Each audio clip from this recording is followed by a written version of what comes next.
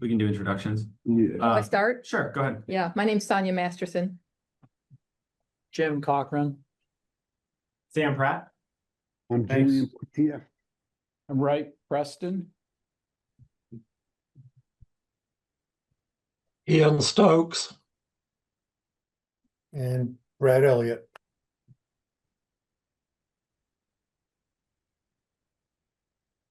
Thank Great. you. And I guess we got a number of folks on the call. We can see, I know the names, I guess, of most of the people on here. I guess for the note taker, could we get do you guys want to just introduce yourselves just so Jim can get your names down? Catherine McIntyre. Like down. Jim Lyon. And then we got a couple online. We've got just a Nicholas and a Jay Crary. Jesse. Oh, Jason. Okay. Yeah, Jesse Crary here. Thanks. Awesome. Thanks. And Nicholas Ponzio. Spell that for my benefit, please. Yep. Ponzio.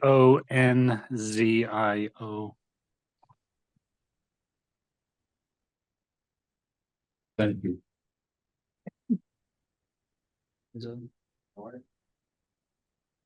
Great. Thanks for introductions, everybody. And then do we have any additions or changes to the agenda? I did want to have a moment, Sam, if we could, to just, I was looking at our work from last time, and I was looking at maps and looking at distances, and I wonder if we could just take a moment to like reflect on the whole approach that we're doing. I would just maybe a 10-minute reflection just before we get into the section B. Okay. Reflection on the. A reflection on our approach and what I think we may be sending some messages that we don't intend to send. And Approach to the management plan. yeah. Okay. Sure. I guess we can just let me look at the agenda and we can put that ahead of revisions to the management plan, which is at the beginning. So I guess I guess we'll get through this initial committee business, and then I guess we can hop right into that since B6 is up first. Yeah. Cool. So we'll do that, and then is there any public comment about non-agenda items?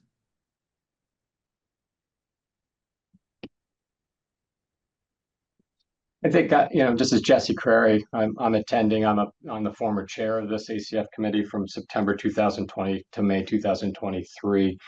Certainly been watching the work of this committee lately, and I'm very interested to hear tonight about your discussions on how you intend to utilize a public notice and public process for receiving comments on what appears to be a proposal to an amendment to the core original management plan.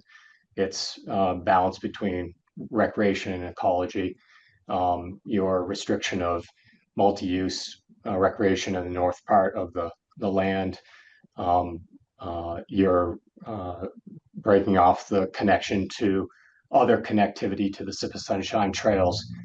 That was an objective of the original plan. So some of the things that you proposed and voted on your last meeting are things that are significant and substantial changes to a management plan that was put together after an extensive public input process, and during which my tenure as the chair, we worked to implement the management plan in its stated process as a result of that public process. And also during my time, we were pressed closely to make sure that the decisions we were making and the steps that we were approving and presenting to the select board were things that had been very well vetted, had been scientifically backed, and had gone through extensive public disclosure and input. So I'd like to hear how you intend to approach that with your proposals. Sure. If there are any other comments, we might want to reverse the schedule, because I think that on the back end of the meeting, we do have 15 minutes budgeted to talk about the proposed copy editing of the management plan. And that has a timeline and a flow chart that basically has the current proposed timeline for the management plan and how that pertains to both the copy editing, but also the continued public input and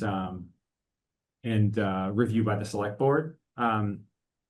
So I think that might help with folks or we can still talk about that at the end. We could just show some of those materials at the few minutes that we've got up front that Julian requested to talk about the approach to the recreation section. Does anyone on the committee have strong opinions? Do we want to just bring up the charts and the timeline so people can see them? And then Ian? Yeah, I just want to point out that, of course, that flowchart that's been established for this meeting is in the packet. So that would be a good place to illustrate, that would be a good method to illustrate the process that is undergoing a planning at this stage. Yeah, absolutely. So what I can do is Do you want to go around and get any other comments and then? Sure. then we can Yeah. Sorry. Decide what we want to do with the agenda? Prevent anyone else from speaking. Yeah, is there any other public comment?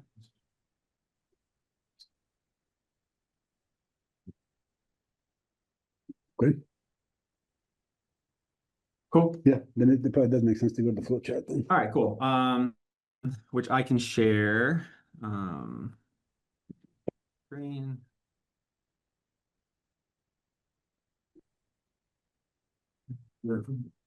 Sharing.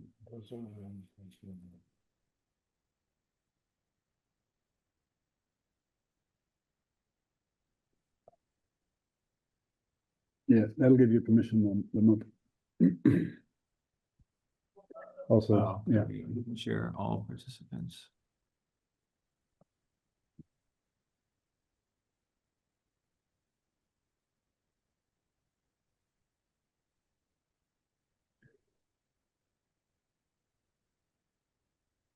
Okay.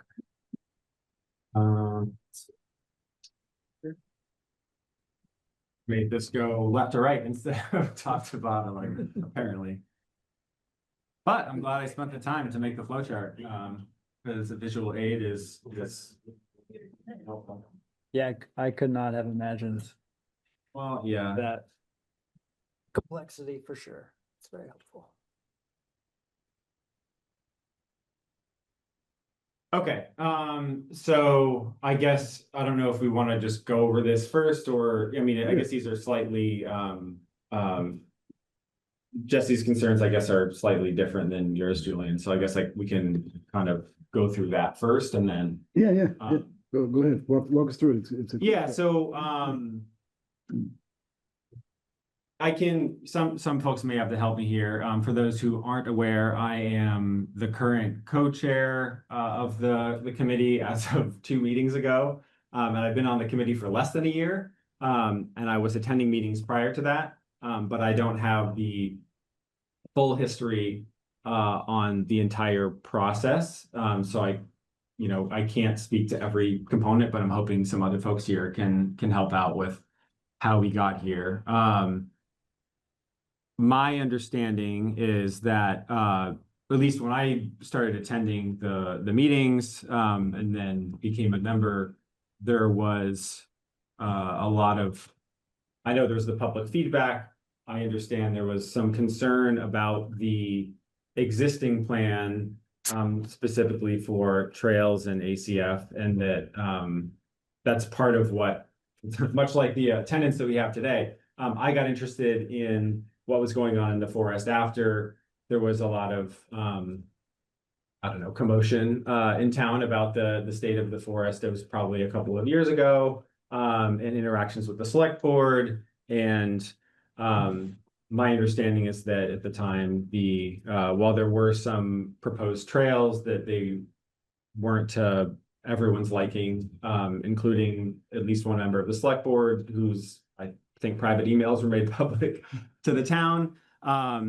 And so I'm not sure exactly when that kicked off some of these revisions, but ultimately it was determined by the committee that there was a lot more work to be done in terms of being more thoughtful and thorough about how the management plan should be laid out, including looking at scientific data on both conservation and recreation, and how to balance the two in the forest. And so I joined back in November after Daniel exited, and yeah, we've been hard at work on the management plan since then. And a lot of the major updates have included pulling in extensive scientific data on a lot of this stuff, which is kind of how we've ended up in our current state. And we've been meeting at least once a month, sometimes twice a month. And aside from a few technical difficulties that we've had in the past couple of weeks, we've been doing this live on Zoom, and you can go back and look at the recordings and the agenda items and the minutes from those. So I can go through the flow chart. Ian, did you have a comment before I go through sort of current state and the public feedback that's planned? Yes, I can step in here, recognizing that Julian and myself, we're at this point, the two longest serving members of the committee. And we came in 2023 when the then committee had a proposed management plan, which was presented at a public meeting. And I think the town understood that the next step would be to send that to other committees, and to select board and the Vermont Land Trust to formalize that as the new management plan. Now that never happened. And with a reformulated committee, we started undertaking a really major project of incorporating material into the management plan, and that included the Indigenous land recognition. It also included in appendices in the current draft of the proposed management plan information from the public comment process that was undertaken prior to 2020, or at the beginning of 2023, so that material is in the draft management plan.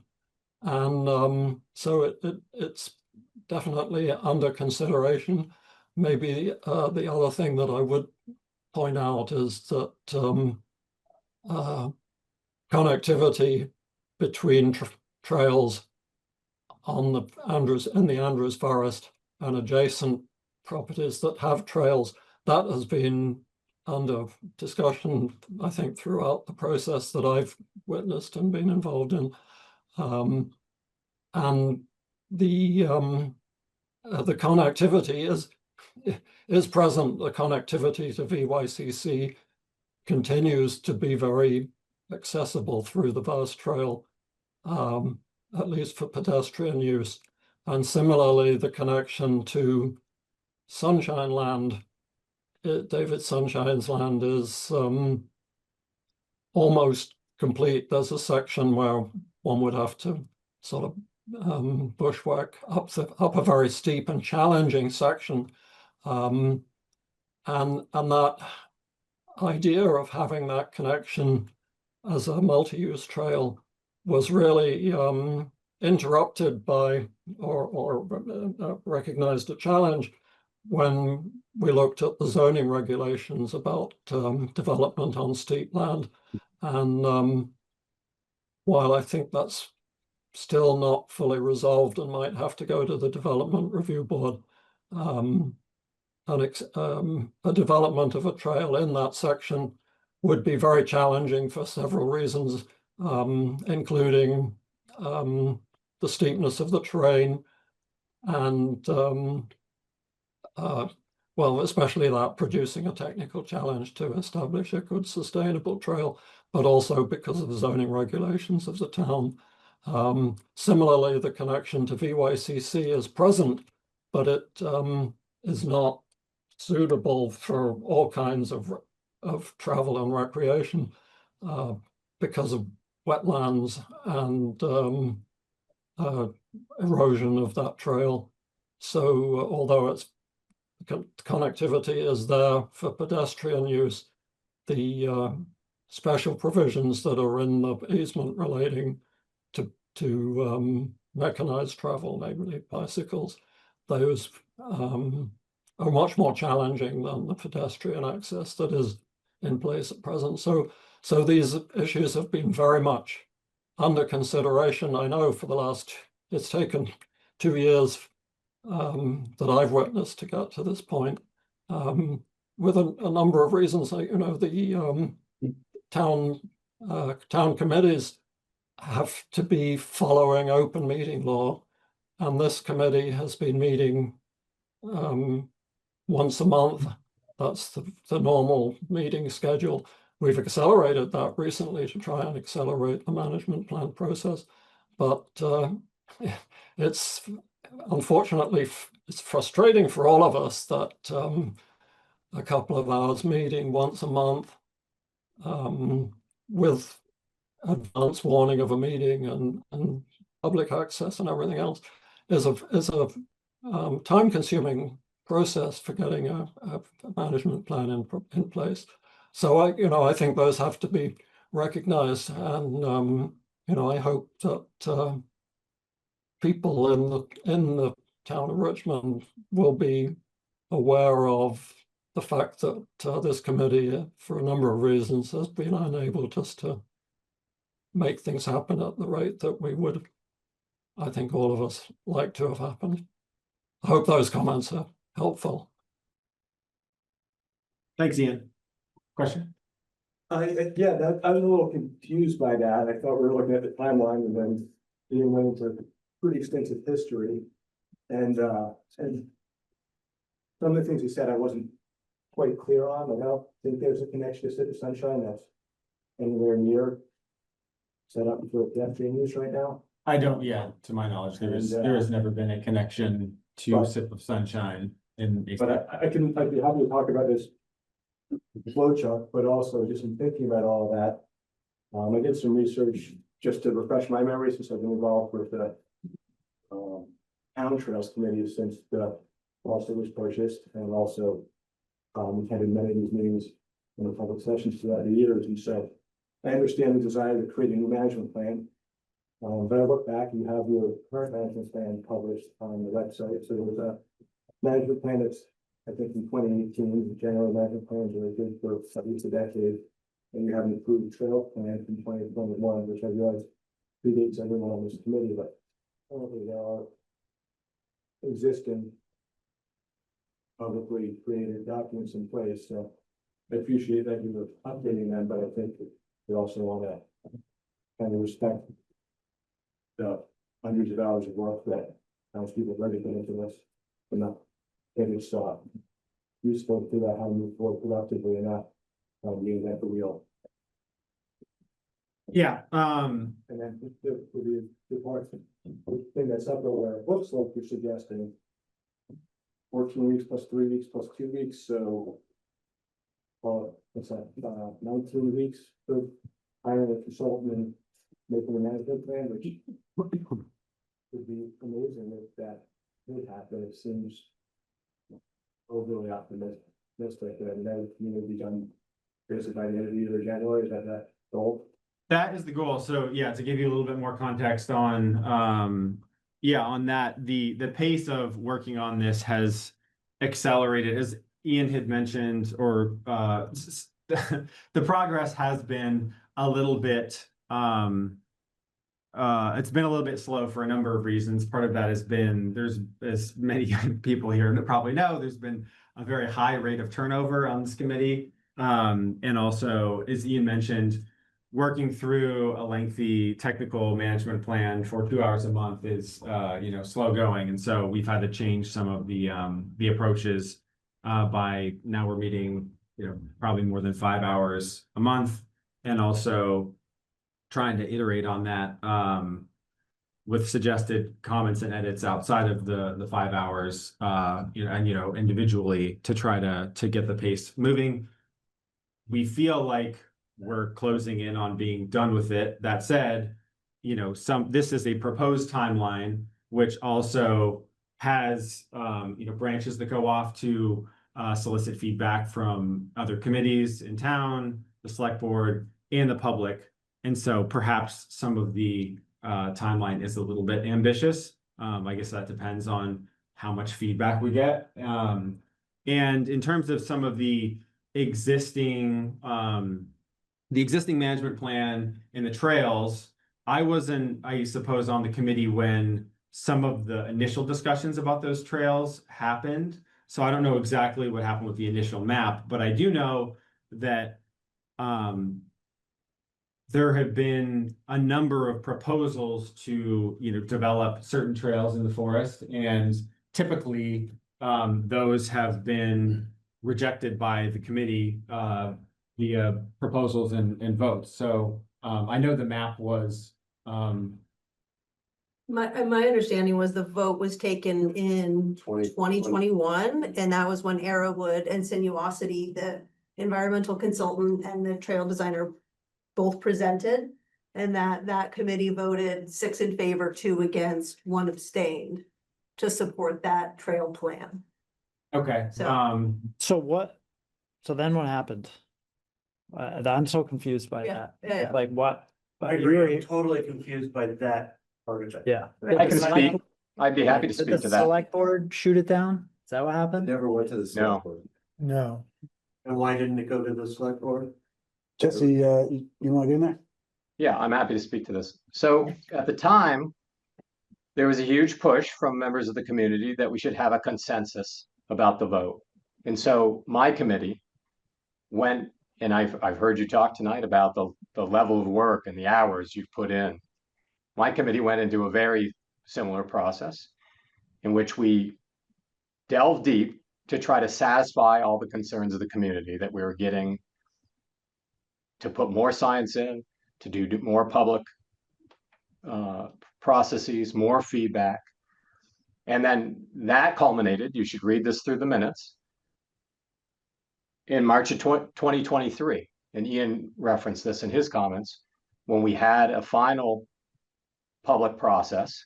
This was after numerous others that had occurred where we were soliciting comments, email feedback from different ways. And then in March 2023, we had a large meeting that was held at the school, where we rolled out what was our approved form or our proposed form of management plan from our committee.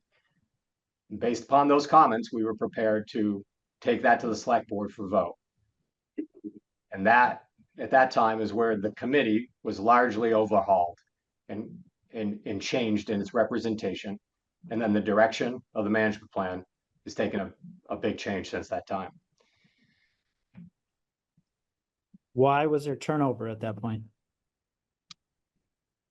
If you'd like me to speak frankly on it, is because the chair of the select board sent a public email where he accused my committee of having a lack of diversity. He undercut the committee's authority and trust in the community, and that basically splintered the committee. That was August 28, 2021, the minutes are, the trails plan is good. So I think the committee, I mean, I'm speaking for someone who's married to a former committee member. I think the committee was feeling like they put in hours and hours and hours and sort of reached something they wanted to bring to the select board. And then they felt like they weren't trusted to make that recommendation, and all the work was for nothing. Is that a fair statement? Were you on the committee? I was on the committee at the time. And is that a fair statement Yeah. that you sort of put in all that time, and that it was feeling like your recommendation and your work and info gathering was not? So Can I interrupt just for a second? Brad's saying that folks can't hear us well. Is there, I guess, A, can people speak up, and B, can we make some technical changes. Is that better, Brad? Yeah, somewhat. Sam is coming through loud and clear. I don't know if he's got Probably a 'cause I- different mic or what, but. I have my own personal mic. All right. Maybe as people speak, they can come up to the microphone. Yeah, that'd be best. Yeah. Yeah, Yeah, somebody's welcome to come over here if they want, and then there's more room over there if we have people to come up, or people can just Sure. sit down for a moment at the, like, we just turned over there. Yeah, so, you know, again, maybe somebody with more context here, can enlighten me. I joined, so we're still kind of talking about stuff that predates my I did go to that public, I was at that public feedback meeting at the middle school, but I had not been attending any forest committee meetings, watched any, you know, I basically thought there was a public meeting, showed up, you know, found it interesting and informative, and then didn't hear about much until later when, yeah, the email, you know, was made public, and I think a few people exited the committee then. There was some drama on Front Porch Forum, and then I attended a few meetings and then eventually started attending consistently, and then eventually when Daniel resigned from the committee, maybe a year after that, there was an open seat that the Conservation Commission was looking to fill, which is when I stepped up because nobody else wanted to do it. So, And we thank you for it. so sure. So yeah, And I'll give just a brief history from my time. I'm on for a second time. I went off for a period of, I don't know, a year or two. When I was leaving the committee, the first time, there was a proposal for 3 trails to Sip of Sunshine. And it was, I was in the minority recommending 1 trail, and 3 trails was passed. And it was a very tough committee for me to be a part of because of the tension on the committee. So I stepped off. And then, I don't know, a year ago, I came back on. And since that time, the committee has held 2 votes, one in February or March and one at our last meeting, I think or 2 meetings ago, non-binding votes regarding trails, mountain bike trails north of the Fast Trail power line. And in both cases, a majority of the committee felt that it was, that wasn't something that was supported. It was for environmental reasons, and there was access down below that the committee felt, again, on both occasions, that the Sip of Sunshine route, for lack of a better word, was passed on for the benefit of wildlife and other things. So that's just a fact. Okay, thank you. So to be clear, there were 3 trails, the first vote. Then we amended that and got rid of the trail. So we're down to 2. Got down to When was that, right? When were you on the committee that first go around? here. 2 years ago, maybe 3 years ago. I've forgotten the year. It's 2025. I thought you were chair. No, before I know this. we're in 2025. Thank you. Well, I'm Forgot what? Say the 20. year that vote occurred. You resigned the night of that, I think it's 2021. 2021. Oh, it's 2021, right? August 28th. Brad, I see you have your hand up. yeah, I was just gonna like roll the clock back even farther. I think somebody was asking, you know, how did we even get involved in this long multi-year process? But the reason for that was there's a stipulation in the current plan that if a trail proposal came in that was different than this rough concept that had been laid out, you know, just as an idea, that would automatically trigger a complete revision of the management plan. And that's what really kicked this whole thing off. That did lead to that March 23rd meeting when the proposal was put forth. There are a couple misstatements during that meeting. One was that the sip of sunshine was mandated by the management plan, which it isn't. It wasn't at all. As I said, it was purely a concept. No mandate at all, but it was said we have to put a trail up there. We picked the best route for it. Actually, the best 3 routes that got knocked down to 2 routes, but still, that had to happen. We also learned that Arrowwood wasn't wild about that proposal at all. It was a stipulation for them getting the contract to do the job, to evaluate the ability of the forest and the ecology to handle whatever trails were proposed. But it was mandated to them that they had to allow a trail up to Sunshine. So even before they began researching it. So, and they said during the meeting that they wouldn't have done it had they not been required to connect to Sunshine. Which I think kind of compromised the science and ecology that people will refer to. They say that plan was vetted by ecologists. Well, the ecologists had a conflict of interest. They were told they had to do that, no matter what they found up there. So anyway, that has led to us consulting lots more science too than Arrowwood. Arrowwood did write a great report. I mean, they hit a lot of things, but since that time, we've learned a lot more. The excuse me, stuff that we didn't know in that initial management plan, like all the findings of the UVM field naturalist team, which we're generally following that right now.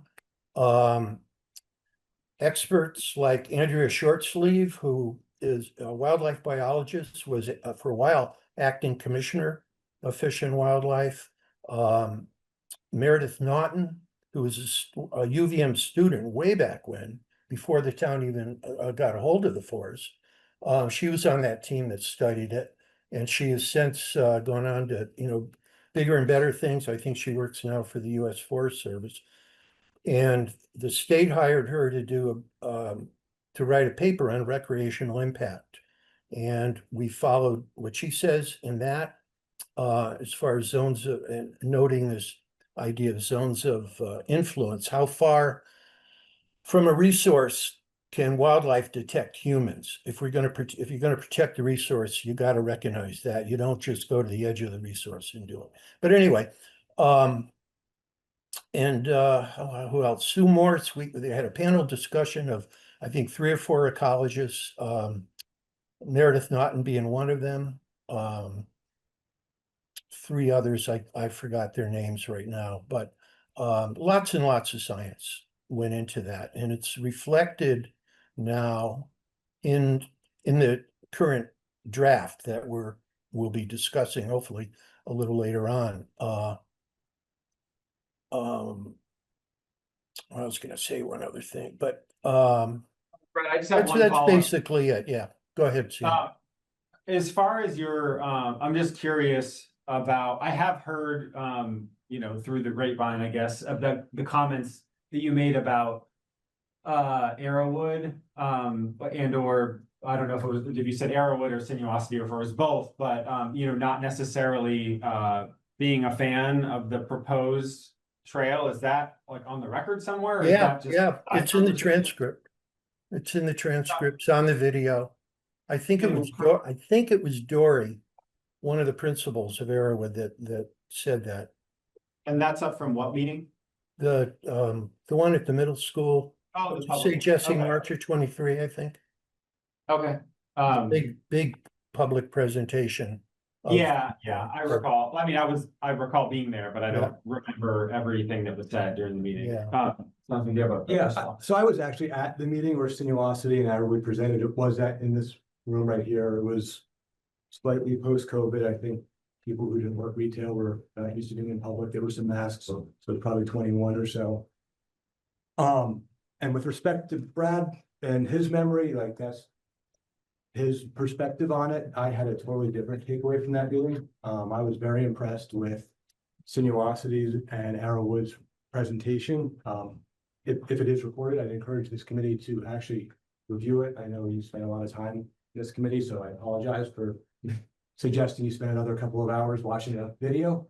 But Well, I can I've done a point you lot to of- the time if you want. Great. I've done a lot of trail work and trail design and committee meetings, and I thought it was actually a benchmark of progressive, collaborative, ecological trail design. Arrowhead is one of the leading firms in the state. Sinuosity is one of the leading trail builders, and they work together iteratively. And they worked for exactly what this committee is supposed to be doing for the town. They looked at the purpose of the land, the desires of the land, and came up with a balanced proposal to not be in certain parts of the forest that were the most sensitive, to leave larger blocks alone and put trails in other areas. And it wasn't perfect. It didn't meet everyone's needs. And that probably is what the town needs, is something that is down the middle. It's got not everything for all trail users and outdoor people, and not everything for everyone who feels like no one should be allowed on the land. And it's a shame that it didn't get moved forward from then, because it feels like the town is 4 or 5 years behind where it could be. Yeah, so I appreciate that context. That's helpful. Yeah, it does sound like there's some digging that needs to be done on my part and maybe some other folks' parts. I guess I have a few thoughts, both about how to move forward in this meeting, and also I'm curious about, getting this timeline, and, I'm assuming that everything that's been mentioned is true, that I guess I'm confused why, if it was voted, even if the committee at the time was fractured, over some comments that may or may not have been made by the select board, that the select board didn't weigh in on it, and that the town didn't weigh in on it, and that the committee, I guess I'm having a really hard time understanding how it's over 2 years later, and there hasn't been more pressure for the committee to get the proposal to the select board. Bruce?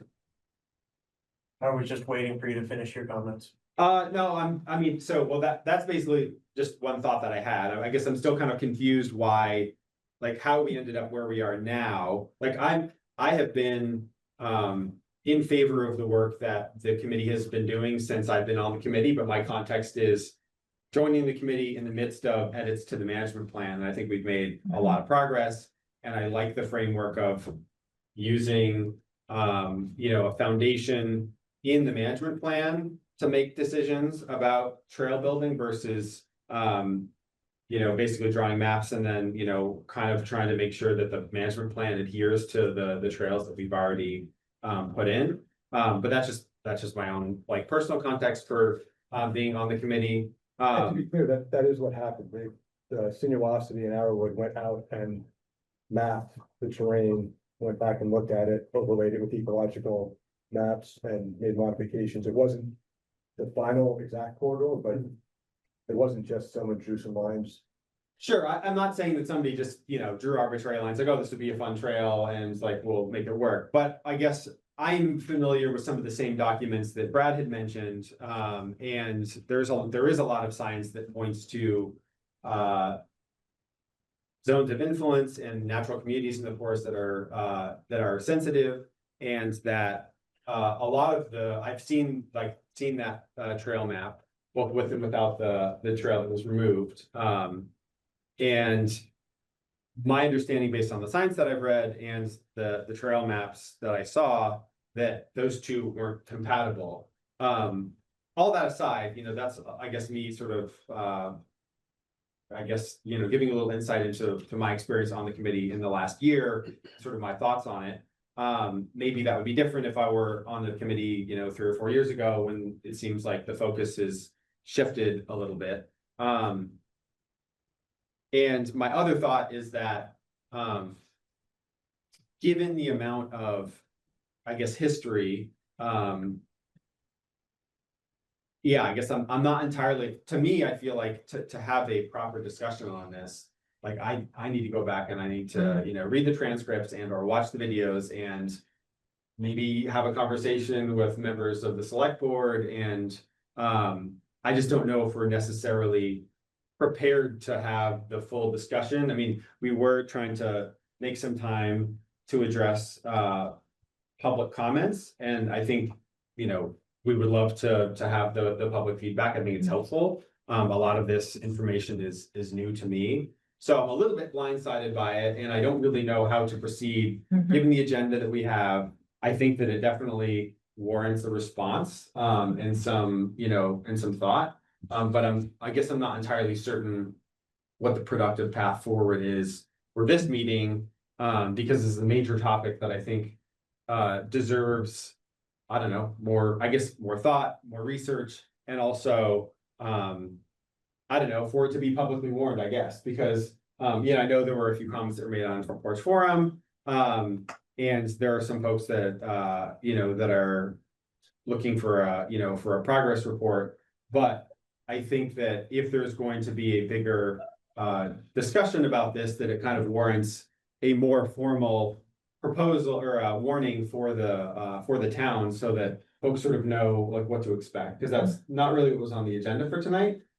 So I'm happy to, you know, to talk about this stuff, but I guess I'm just not feeling like the committee was expecting this, and also, you know, I think other members of the public would probably like to be present as well, you know, if we're trying to, you know, relitigate some of what has happened, and I also feel undereducated in terms of what the history is and in really how to proceed, because if truly something was supposed to go to the select board to be, you know, approved or voted on, you know, 2 years ago, then Why wasn't it? yeah, why wasn't it? Right. Exactly. And like, and I don't really know what the process is for, And what do we do? remedying that. What do we do? Yeah. Like, So did you have, Politics. did you want to make a comment at the microphone? But it sounds like you don't want to continue. Well, sure. I mean, go ahead and make your, I mean, you had your hand raised before and I Yeah. mean, we can continue to discuss this, but I'm just not sure what resolution we're gonna reach. Like, I'm No, happy to have as many facts stated as possible so I can look at the notes and go back and read some of the stuff. And like I said, like, I mean, I think I need to follow up with probably a few people.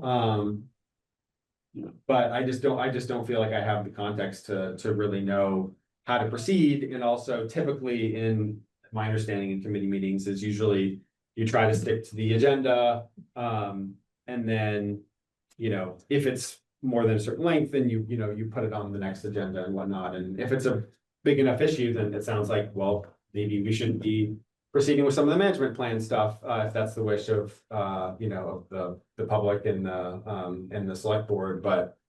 I just don't know all the ins and outs of exactly how this is all supposed to work from like even like legal perspective, so I don't wanna just charge ahead with something when technically, you know, we had a topic set that we should probably continue on, but please make your.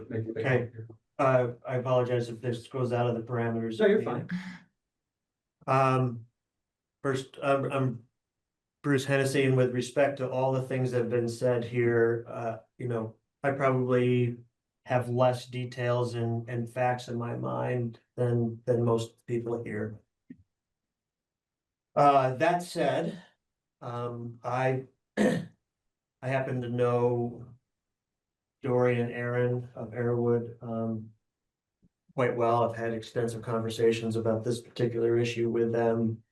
I don't believe that I think their stance, Brad, my take on it and what I've heard from them was that it wasn't that they disagreed with that task. It was that it was their job to not take a side in what was put out there. They simply were given a task and they performed it, and they weren't there to make, you know, to make their opinion known about what was correct or not. But that was they did their job. And it is my understanding, and correct me if I'm wrong, I believe that it is the mandate of the conservation easement that trail systems are connected And I believe it specifically states the Sip of Sunshine corridor. I could be wrong about that. No, you are. There's nothing about Oh. the sunshine in there. It No, talks no, about okay, connections are a but, good There thing. may even be, there's something, you know, connections to the Mhm. north, right? There's something in there about those connections. There is a statutory connection part of the easement, and the town should be following the easement. I do believe you're right about connections, Yes. to adjoining property. I don't- can't speak to, but again, it's like, I think there's a lot of context here that I don't necessarily have, and, you know, we have a 60-page management plan, the existing, the former version and the current working version, and then there's the easement. I believe seeing that, like, one of the goals was connectivity. I don't recall saying, you know, like any text that said Sip of Sunshine or David Sunshine's property. Ian, do you have some context here? I know the chair is wanting to move along here, but if I could just make a quick comment that in the 2+ years I've been serving on this committee, we have benefited from what we inherited from 2 public input processes that were written down, were documented. The first one was comments about the trail plan presented by Arrowwood, and the second one, a few months later in early 2023, was a public input that followed the presentation of the proposed management plan at the meeting at the school. So those 2 processes were very thoroughly documented, written down, and we have the benefit of that material. So I know we do want to hear from public comments at other meetings, but I think the value of the written comments is huge, and that has been a great benefit in the process of working up a management plan that can be acceptable widely to the town folk. Thanks. Thanks, Ian. Right, you have a comment? Why don't we consider as a committee to, tonight is a working meeting, it's a meeting, but it's a working meeting. At our next regular meeting, which is in 2 weeks. Yeah. Why don't we set the agenda to include an hour to discuss specifically history, trails, and where we are today. And we'll have to see if this room is available. It's a bigger room than any of the other rooms. And if it's not available, then maybe we could meet at the library in their meeting room. Yeah, I think that's a good idea. My only comment to that would be, response to that would be, maybe we just make that the agenda for the whole meeting. It could be the An agenda. hour might be, you know. Right. And our meetings are typically an hour and a half, and we've been trying to have working meetings that are an hour and a half. Yeah, well, recently, I guess we've been doing 2.5 hours. I'm sorry, I said it wrong. Normally, like, the meetings are 2 hours. Right. Recently, not only have we been meeting basically every other week over the summer instead of once a month, we've upped the time by 30 minutes to try to allow for more. But I have just a few more comments, if that's possible. Yeah. One is that, does the management plan at all allow for logging at any point in the future? Yes, It requires. It does. There's a forest management plan. That's what I thought. Yeah. I sat and watched whole tree harvesting coming out of that place for 2 years. I'm talking about tractor trailer after tractor trailer of chips. That was under the Andrews ownership. It was not under, I believe that was the town. he was using a conventional cable skidder. It sure was. Well, no, they were using more than that, a lot more than that. And there was this, I believe this was after the town took ownership. And they were using feller bunchers, they were using a bunch of stuff that was not what I would call sustainable logging, and I've been the logger in my years of farming and also working as a young man. And I know the difference between select cut and sustainable logging versus whole tree harvesting that leaves very little for the forest to manage. And talk about zones of influence, it didn't exist. Okay, there was no. There was very little, if any. Consideration for that, because I walked that forest during that time. And I saw massive treetops waiting to be chipped out into. I disagree. into It's all, traffic trail. all the trees were marked by the county forester. You mean after the sale? You're talking about? No, prior to the sale, the town- trees, I'm not Prior saying to that the tree- I'm not saying that they clear cut it, but I am saying that they did whole tree harvesting, which. From my perspective is not sustainable. Okay? Yeah. So, and I saw it. Right, I was there, I saw it every week. I was, like I said before, I've been in that forest. On a weekly basis. Since Beth and I moved down here and before. So I have to say that. You know, if logging is planned for the future. Then these whole ideas about sensitive areas and zones of influence are gonna go out the window when that happens. That's what it feels like to me. And it especially feels like that to me if we don't have people out in the forest. Using it in a responsible way that takes care of those sensitive areas in a way that they can care about it. And then really vote and work to preserve it. That is my personal opinion. Now, whether it was the Andrews that did that or the town, either way, it was, you know, that place got blown up 5 years ago. And I understand the economic necessity, all that kind of stuff. I'm just saying that we're kind of. Feels like the town is talking out of both sides of the mouth, especially if the plan is to go in and log eventually again, right?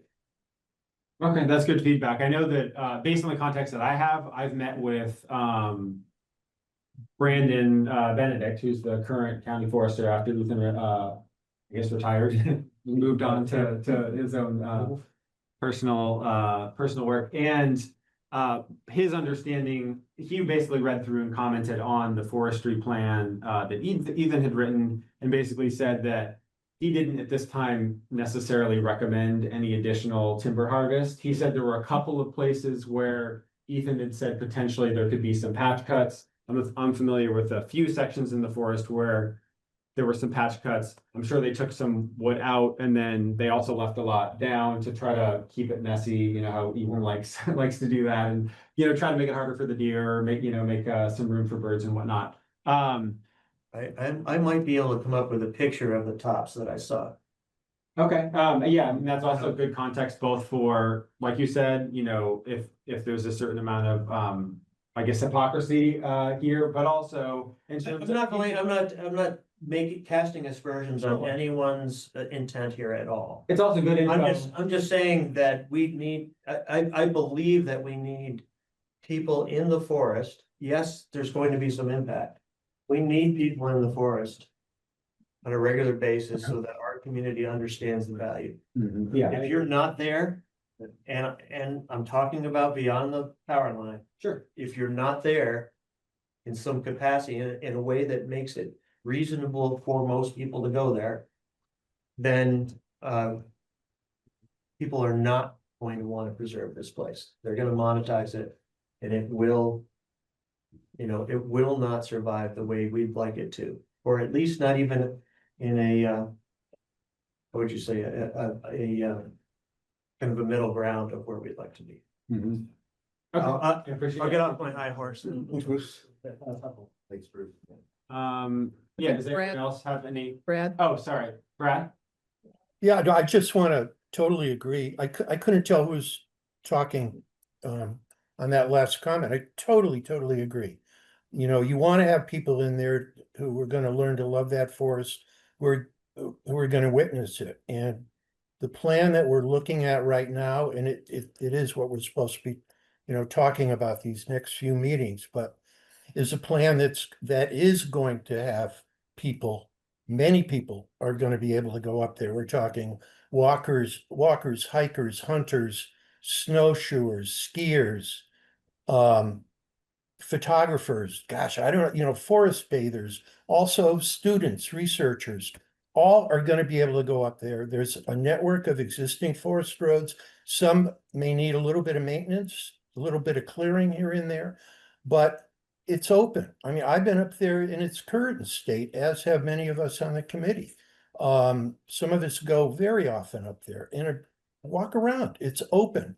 There seems to be a rumor that it's going to be shut down in the north to everyone. It's not true. You can go up there.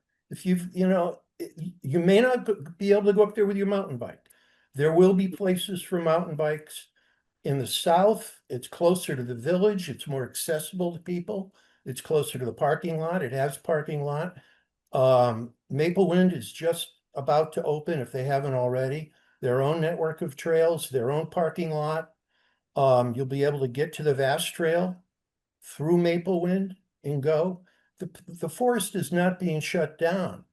And finally, I just want to ask if the speaker has read Ethan Tapper's book. I mean, Ethan, and has read the forestry management plan, because it's obvious that plan is made to restore that forest ecology.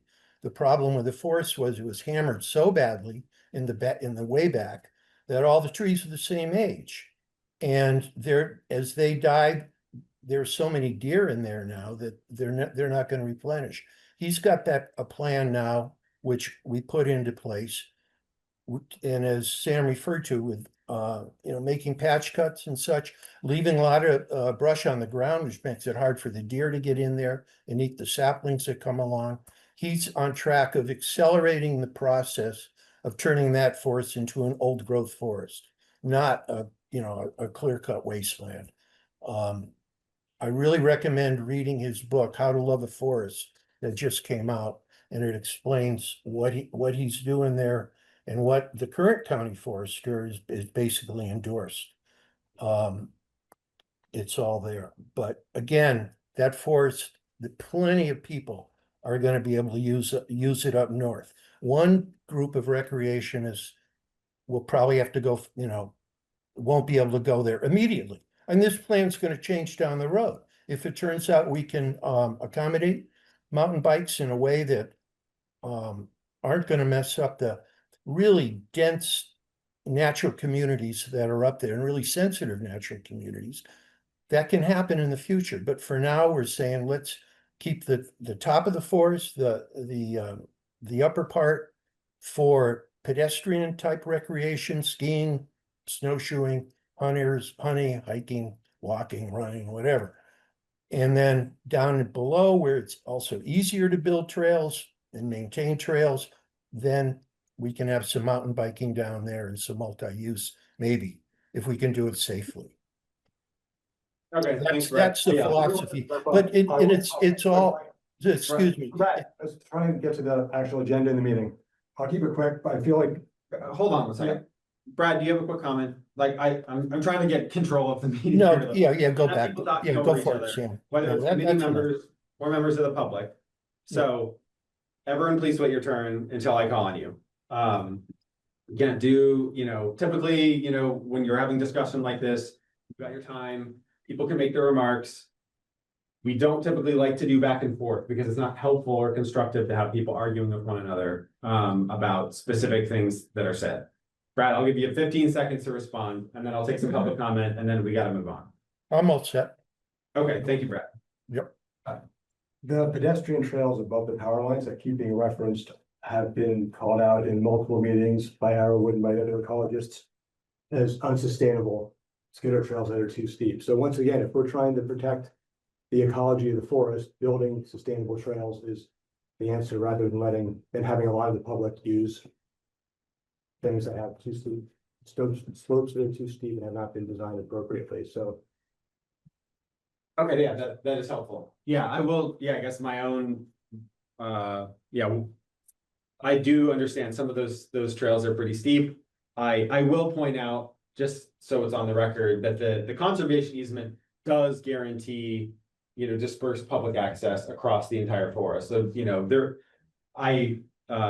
so there is general access. I do agree that in its current state, it's certainly not very accessible for the average person who doesn't want to, explore or, bushwhack or, potentially get lost and then find out where they are, a few minutes later. So it's certainly not in a state where above the Bass Trail, sort of power line combo, cut that, it's in really a state for the average, forest user to use it. That said, it still is accessible and, there's no intention or even way based on the conservation easement to like shut down any part of the forest. People are welcome to use it for dispersed access, and I believe that's not changing based on the easement. So I think that would take, I don't know what that would take. I mean, Vermont Land Trust would have to and the select board and whoever else would need to weigh in on that. That said, I guess unless there's any additional comments regarding this topic, we could go on for another 90 minutes. It's been about 90 minutes. We could go on for another 90 minutes talking about this and not to come, really to a conclusion, but I as I said before, I think it makes more sense to revisit this when it's properly warned and, some additional context can be given. And yeah, I don't know. I'm not sure if that's going to be at our next meeting in 2 weeks, or, I got a lot of people to talk to and I got a lot of stuff, I guess to do research on between now and then. I'm just trying to think about how to piece together the entire timeline, in 2 weeks. So I suppose what I can say, as the current co-chair is that this committee will make its best effort to get something on the book soon so that we can, have a public feedback situation. We're not gonna push forward and try to get anything passed without public feedback. But if it's not in 2 weeks from now, I would expect that that's because there are probably more histories to pull up and people to talk to.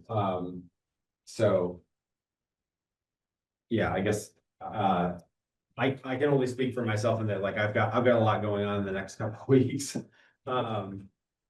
Including a family wedding, and I don't know if I'm gonna have the time in 2 weeks to get all this stuff in a state where I can present to the Richmond community. But I will make my best effort to do so.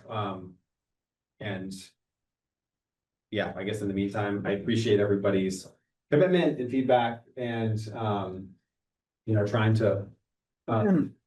I would volunteer to put together like a procedural history. I'll do a little forensic dive into the procedural back and forth of the committee. I'd love to consult with you, with Brad, with Jesse. You guys have had the most history, and just put a little timeline together that we can share. And then other people can say, well, you forgot this, or it wasn't quite there, it wasn't quite that.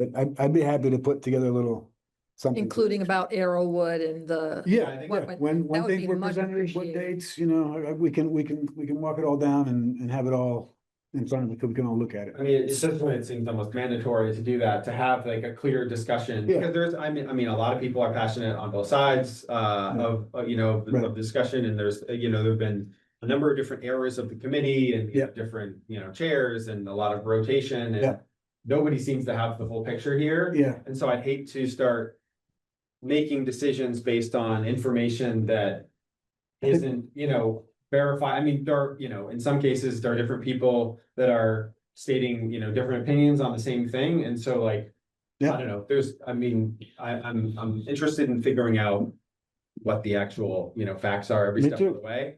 Because I think that's the only real way that we can move forward. Especially in, in the interest of the community. So, I feel like we do have that obligation to make sure we're hearing the community and, being receptive to their input. But say we have this document, what are we gonna do with it? Well, how does it help us? Well, I think we just right back to where we've been, like, and with all due respect to the prior committee members, like, the torch is in our hand and we're doing the best we can here. You Yeah. know, we're trying to make very tough decisions that were never really decided on. And we're doing the best we can. And I can see how there's a, you know, lack of continuity, right? But I don't know, maybe that's just. I think you're right. I don't think it's gonna resolve our discussion. I think we're still gonna be here We'll kinda talking about stop. this, and we have sort of two, I think, fundamental worldviews that conflict, which is what keeps us coming back to this conversation one time and another and another and another. So Yet, I'm gonna. hang on, let me finish. Oh, I'm sorry. Yeah, but I do think that for our own sake and for historical accuracy and to respect the work that came before and to guide our work in the future, that it does make sense Yeah. to map out the beginning, the middle, and the current stage of where we're at. See if that gives us any clarity. Because I do recall when Ian and I first came on here, we had two subcommittees that were meant to resolve a charge that was supposedly given to us by the select board, which had to do with finding trails that were not going to be multi-use, but that were single use, what to do about dogs. There were like several stipulations that we were meant to do, and then take it back to the select board. I am curious about what happened with that procedural bit, but I do agree with you that that doesn't remove the heavy lifting from us. We still got to do that. But so I'd be happy to put that together. I don't have any weddings coming up, so that's good for me. And I know you got a lot of history. Brad's got a lot of history. Jesse's got a lot of history. Jim, you've been on this committee for a while, way back. And I'd be happy to consult around and figure out where we're at, or where we've been, I should say, because I know where we're at. So I don't want to be disrespectful. I'm gonna ask that the committee work on this now.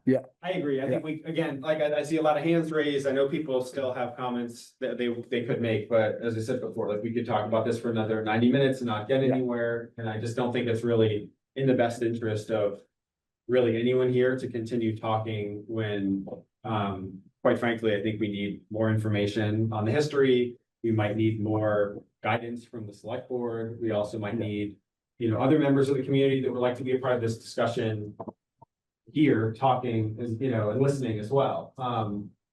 Because, it's like I said, this wasn't warned. We basically just made 90 minutes for a topic that was not even on the agenda. Which I don't, so in the interest of, of everyone, I think that it's best that we move on. And by that, I mean, we will talk about this in the very near future and publicly warn it and make sure that, I would appreciate you, Sam, for being open to quite a lot of unexpected comments and for having a lot of. Thank you. Yeah. The way you did it. So. Yeah, I mean, ultimately it is it's a community decision. I don't think that there's, I guess I didn't say it up front. Something I heard recently is like, discussion is like assume, good intentions. And I think that everyone has been acting with good intentions. And I know people have different priorities and whatnot, but yeah, I care a lot about the democratic process. And I hope that, I'm still optimistic that we can make it through with, with some compromise, whether it's, what's in this current state or it's something completely different, after more public feedback. I don't know, but we got to move forward somehow, and we got to find a way to all work together as a community to make that happen. So I guess we can look forward to a big community meeting in the near future to talk about some of that stuff. And so we can find the middle, because I hear there are two sides. I think most people in town, I think it's 80% or more of the people who would be happy with the same thing. And there's maybe a few fringe things or a few fringe people, but I mean, I think you look at the original plan, you scale it down a little bit, you do a loop trail or even one trail at the top, which would be way scaled down from the radical bike side, if you want to call it that. And other people would think, there shouldn't be people in forest. Like, put you in the middle of what most residents want, what most people want. It's not that, again, make everybody happy, but I think Sign of a good compromise is nobody walks away 100%, completely. Yeah, it's like that's the way it works. Right? Thank you for your time.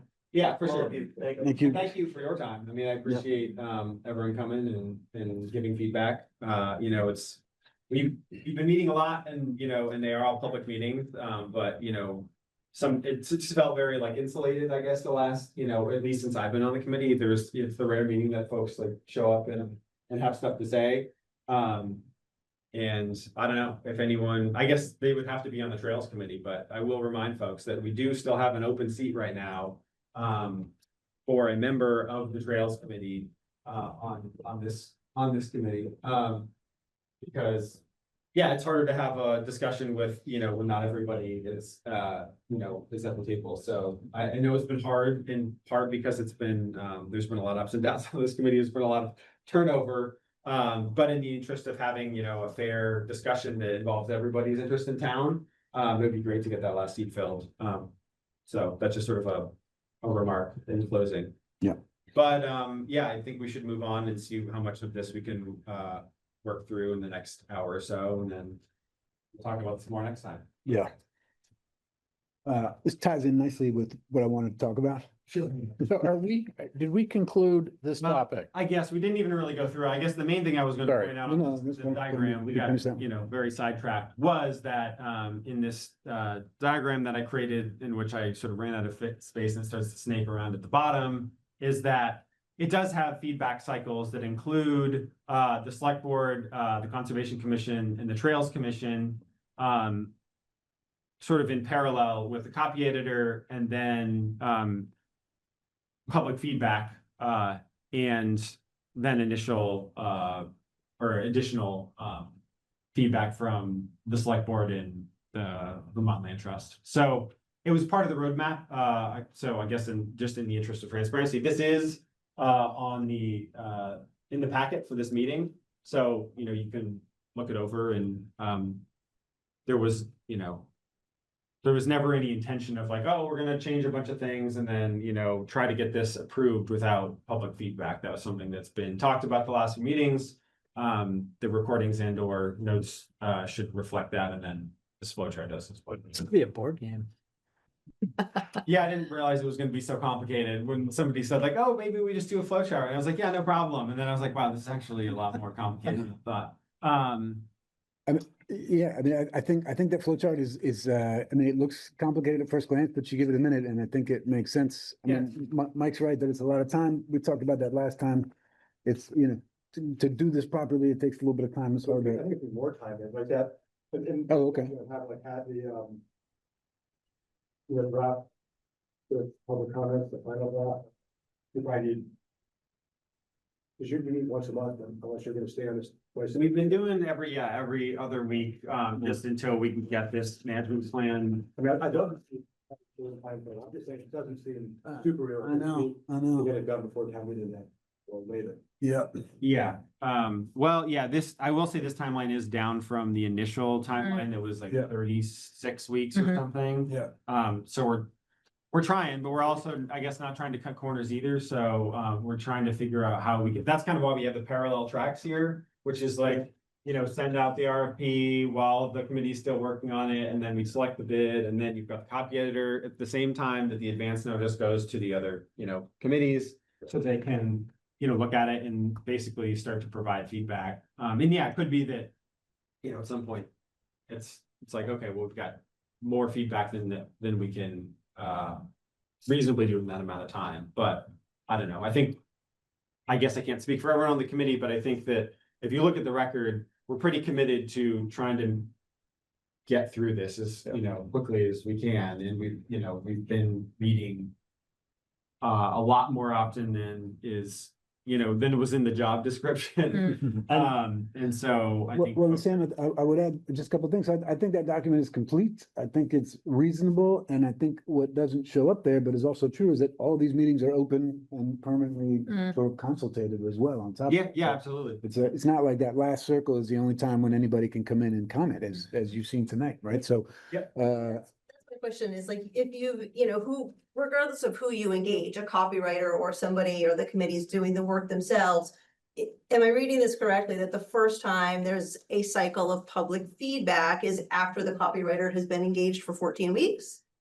Well, so basically, so I will note there's copywriter and there's copy editor, and there's also been, we've talked about it in past meetings and we've talked about it with the select board, but basically the gist of it is we sort of talked about this concept of like, what level of editor do we even need? Because of the hundreds of hours that this committee has spent at this point, both together and separate, working on, parts to get it where it's at. The hope was at this point, it seems like we really just need a copy editor, which is somebody who's going through and just kind of cleaning up like formatting, spelling, punctuation, like that kind of stuff. And not somebody who's gonna basically take a 60-page document and say like, oh, you did this all wrong. Let me do my own research. Let me, so I don't think it's really gonna take.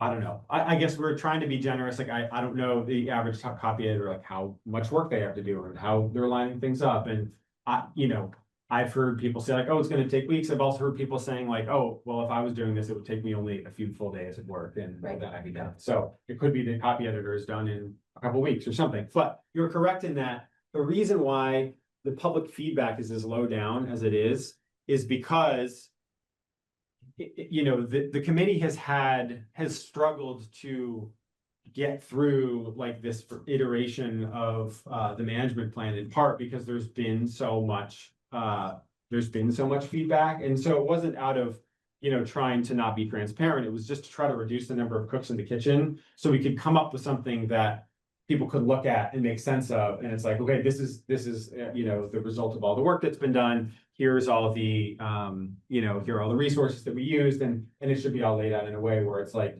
if you track through the edits of this thing in the past 6 months and you look through the packets, like some of these things look so tattered and like there are so many red comments and blue comments and purple comments and, things go into pieces and we're looking at specific sections and we didn't really want to promote that while we're in the middle of, because some of this is even stuff that, fell to the cutting room floor, right? Where it's just like people had a comment and then maybe we all rejected it. Or, in some rare cases, we've had to vote on stuff on how to proceed because we couldn't come to an agreement. But for the most part, the committee has agreed on what is currently in, I guess some sections of the management plan, but not all of it because we're still working through it. But that was the logic behind copy editor before the feedback was hopefully it's mostly done. And then, we're basically at that point, hopefully, making minor edits, even if it's something major, like, oh, we're going to put more, trails above the power lines or change some of, how this works. We'll still have a hopefully nicely edited document that we can edit a few lines in versus, needing to rewrite the whole thing again. Like, I think we can still, whichever way this goes, we can find a way where we can keep a lot of the work without making drastic, I guess, formatting changes to the entire document. The reason why we wanted to employ the copy editor in part was because if you look at the former version and the current version, they're very different just in terms of there's a lot more material that's been pulled in. There are just more sections and it's sort of in like a different order and whatnot. So that's why the committee felt like it made sense to get a third party to look at it and clean it up. Well, I think Julian's proposal to put together like a historical timeline is super helpful. I agree. To sort of almost like slot in as like this very first thing before going through this whole chart. I really get nervous about seeing sort of like a whole process and get really far and then have public input and which may, sort of put you back at the beginning. Yeah, and we've Right, kind of, as opposed to sort of having like a really clear document of what that input has been. yeah. The past 5 or 6 years and to start from there. Yeah, and I guess that, to go back to my comment about my confusion, I guess, my genuine confusion, and sort of being blindsided by, the number of people here and like the comments, like, I genuinely want to see what's best for the community, but like a lot of this history, I'm like completely unaware of, right? As a newer member to this committee and somebody who didn't start attending meetings at all or watching them or listening to them until fall of 2023. And so to me, I felt like I'm just surprised that there hasn't been more public feedback along the way. We've been meeting once a month for 2 years, or more than once a month over the summer. And there have been moments where like this committee has gone to the select board and ultimately we're, now we're talking about it, so I'm just a little bit confused. So I guess just trying to respond to what you're saying about, oh, well, getting too far along in the process, like we didn't really know that like we were gonna kind of get jammed up like this because we thought we were following the process, right? And I don't totally agree with that, man. okay, well, I believe I was pretty clear a couple times ago, and I said, okay, but if we're gonna make these major changes, we need to go back to public consultation. And then we got concerned that we were gonna be in an endless public consultation loop going back and forth, so. Which is part of why we came up with the flow chart, right? Okay, And like yeah. have the public feedback. Right, but I mean, this issue has never gone away, and it's always been. It nipping has, at our but I heels, guess my and- point is that, you know, this body is supposed to be representing the Richmond community, right? And so we're doing our best, you know, we got past the torch. We're trying to make it through here. And we're trying to produce something that works for the community. And based on the voices in the room and the honest discussion and the feedback that we had, like we made the choices that we made. And it's not, again, like I think everyone's acting with good intentions here. And, Yeah. you know, I know that all the, you know, the discussion that I had was made, you know, honestly and what I think is best for the community. And so like, I guess I'm not questioning intent. I'm just saying, we always knew this was gonna be tricky, and the public consultation part was never gonna go away. Sure. And whichever way we cut, and if we're trying to thread the needle, as Mike suggests, which I think is a good suggestion, you know, even then, we're gonna take some heat for it. It's never gonna be perfect, but. yeah, wherever we land, some people are gonna be unhappy. Yeah, and I think we just need to know that permanently consulting with the public is as good as we're gonna get, and it's never gonna be done. Like, we're never gonna be like, we nailed it, you know what I mean? Sure. It's gonna be an ongoing. And that's part of why this process has been slow too, and why there's been so much turnover on the committee, is because like there are many meetings where we've been sidetracked by having sort of the same discussion over and over and over and over again, and we're trying to get through it, right? And so I don't really know at what point we stop having those conversations, because wherever it lies at any point in the road, it seems like every time it gets jammed up in a different way, right? You know, so like, Or the same way. which is part of why I feel like we need more context. I feel like we need the history. I feel like we need some guidance from the select board, because like, I don't, you know, we're working at the pleasure of the select board, right? This is an advisory board. We don't have the power to make any rules. We basically discuss stuff, working on the management plan, and basically we pass it off to the select board and say, like, hey, we did our best, approve this, we're going to approve it, make changes, whatever. Yeah. And so, we've just been doing our thing and kind of, I guess, implicitly assumed that we had like, because no one has stopped us, members of the community or, or the select board has stepped in and said like, hey, you guys need to like get something to us right now, or, you need to stop doing what you're doing. And, we've just been trying to do our best and meet the charge that we've been given. So. And we've been updating the select board. Yeah, we have. Yeah, we have. And we haven't been instructed, they've, I guess, given us a lot of leeway because they've had a lot of questions for us and not necessarily a whole lot of concrete instructions on like, here's how you need to be doing things. Yeah, and I mean, we should continue with the business of the night, because we do have to go home at some point, and we do have some stuff we gotta take care of. So let's commit to just, keeping a close ear to the ground with our friends from the community. Yeah. And I'm gonna bring back a history that is co-created and consulted with Wright, Brad, Jesse, Jim, whomever. Julie, has just a real history. quick, I have a timeline that I created from 2017 to 2022. There's Fantastic, links, all the notes, everything. great. Oh, that's fantastic. Yeah, That so was super helpful. Thank you, just sir. let me know. Okay. Okay, see y'all. Right.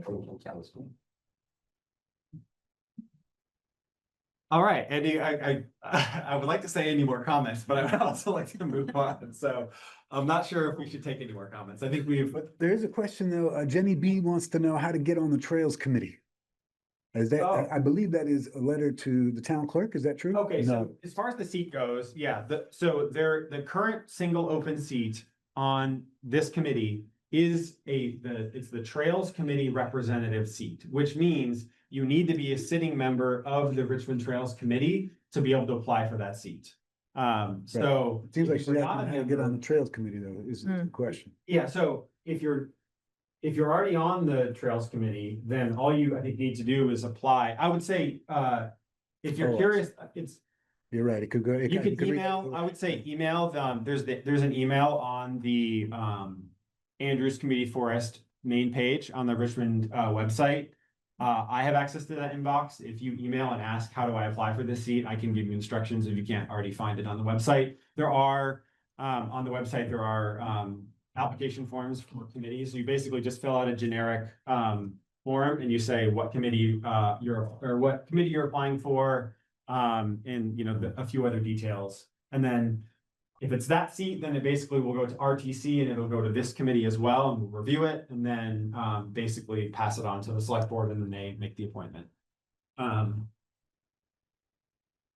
And I think that's that. I'm sorry, I haven't really been obsessively monitoring chat as we went. I'll have to go back and look at that. The only other thing that I will just briefly say, because I know somebody asked about it and it was a while ago, was about the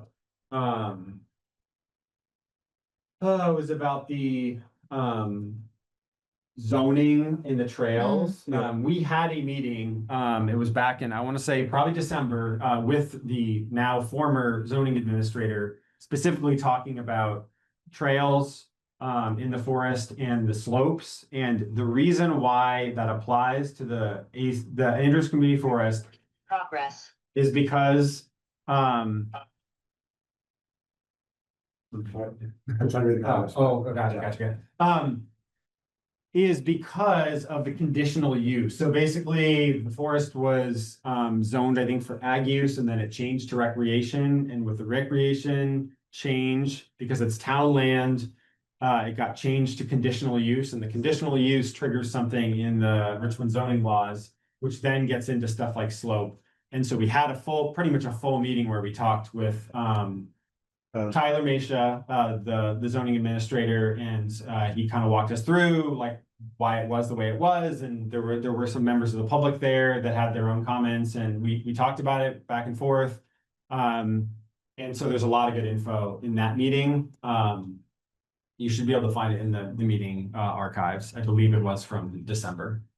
But didn't we get also instructed to not take the information that Tyler gave us to? Well, yeah, after the fact, I think after he moved on, someone had meant, maybe from the planning commission or something, had said, FYI, we don't necessarily agree with the statement that he made. Right. And obviously the zoning administrator and the DRB are completely separate entities anyway. So the zoning administrator basically makes their recommendation or their remarks, and the DRB can basically choose to ignore that. So I don't pretend to even understand the entire relationship there.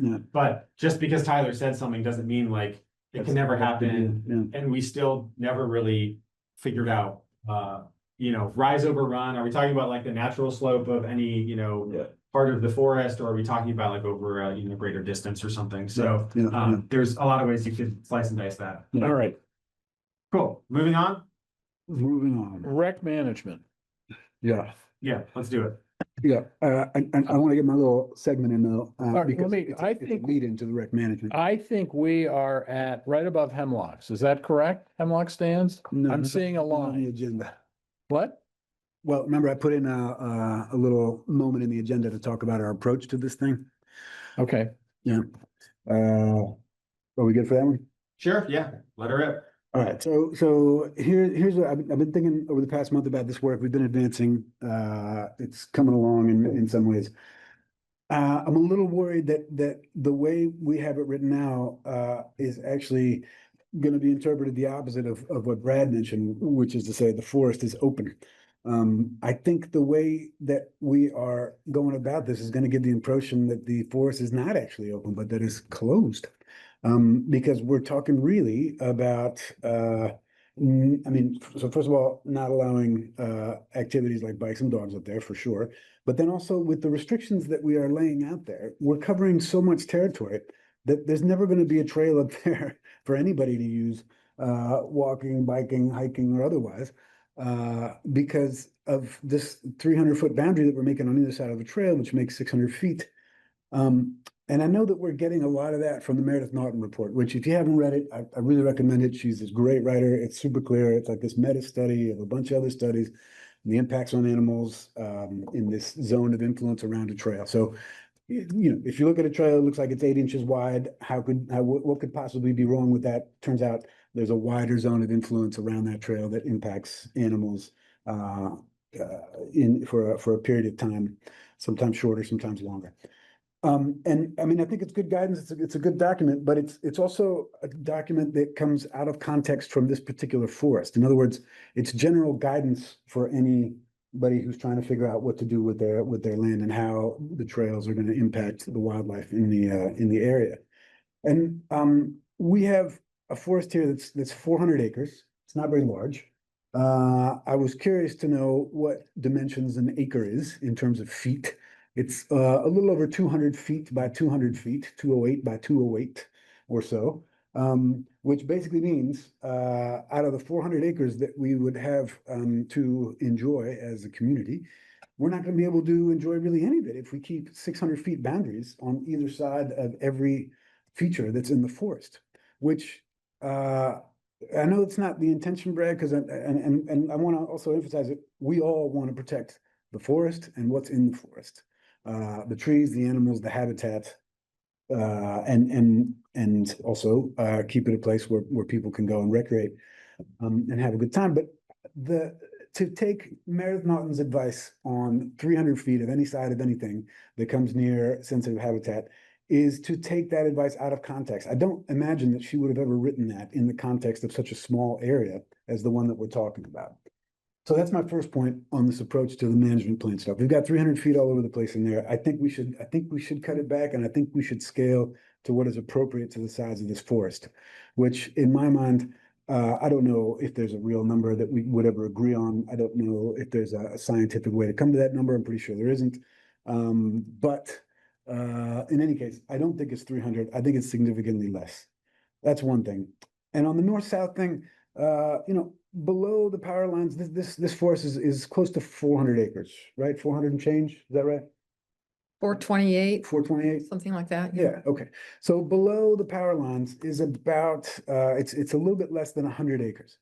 So basically I think the message that we are sending out to the community, whether or not it's what we're intending, is that we're only going to use a small piece of the forest and only in its existing state. In other words, when we get through this management plan, basically what we're going to be saying is, don't change anything in the forest. And if you want to hang out in the lower 100, is what we're saying. So 1/4 of the forest is what we are suggesting is appropriate to recreate in.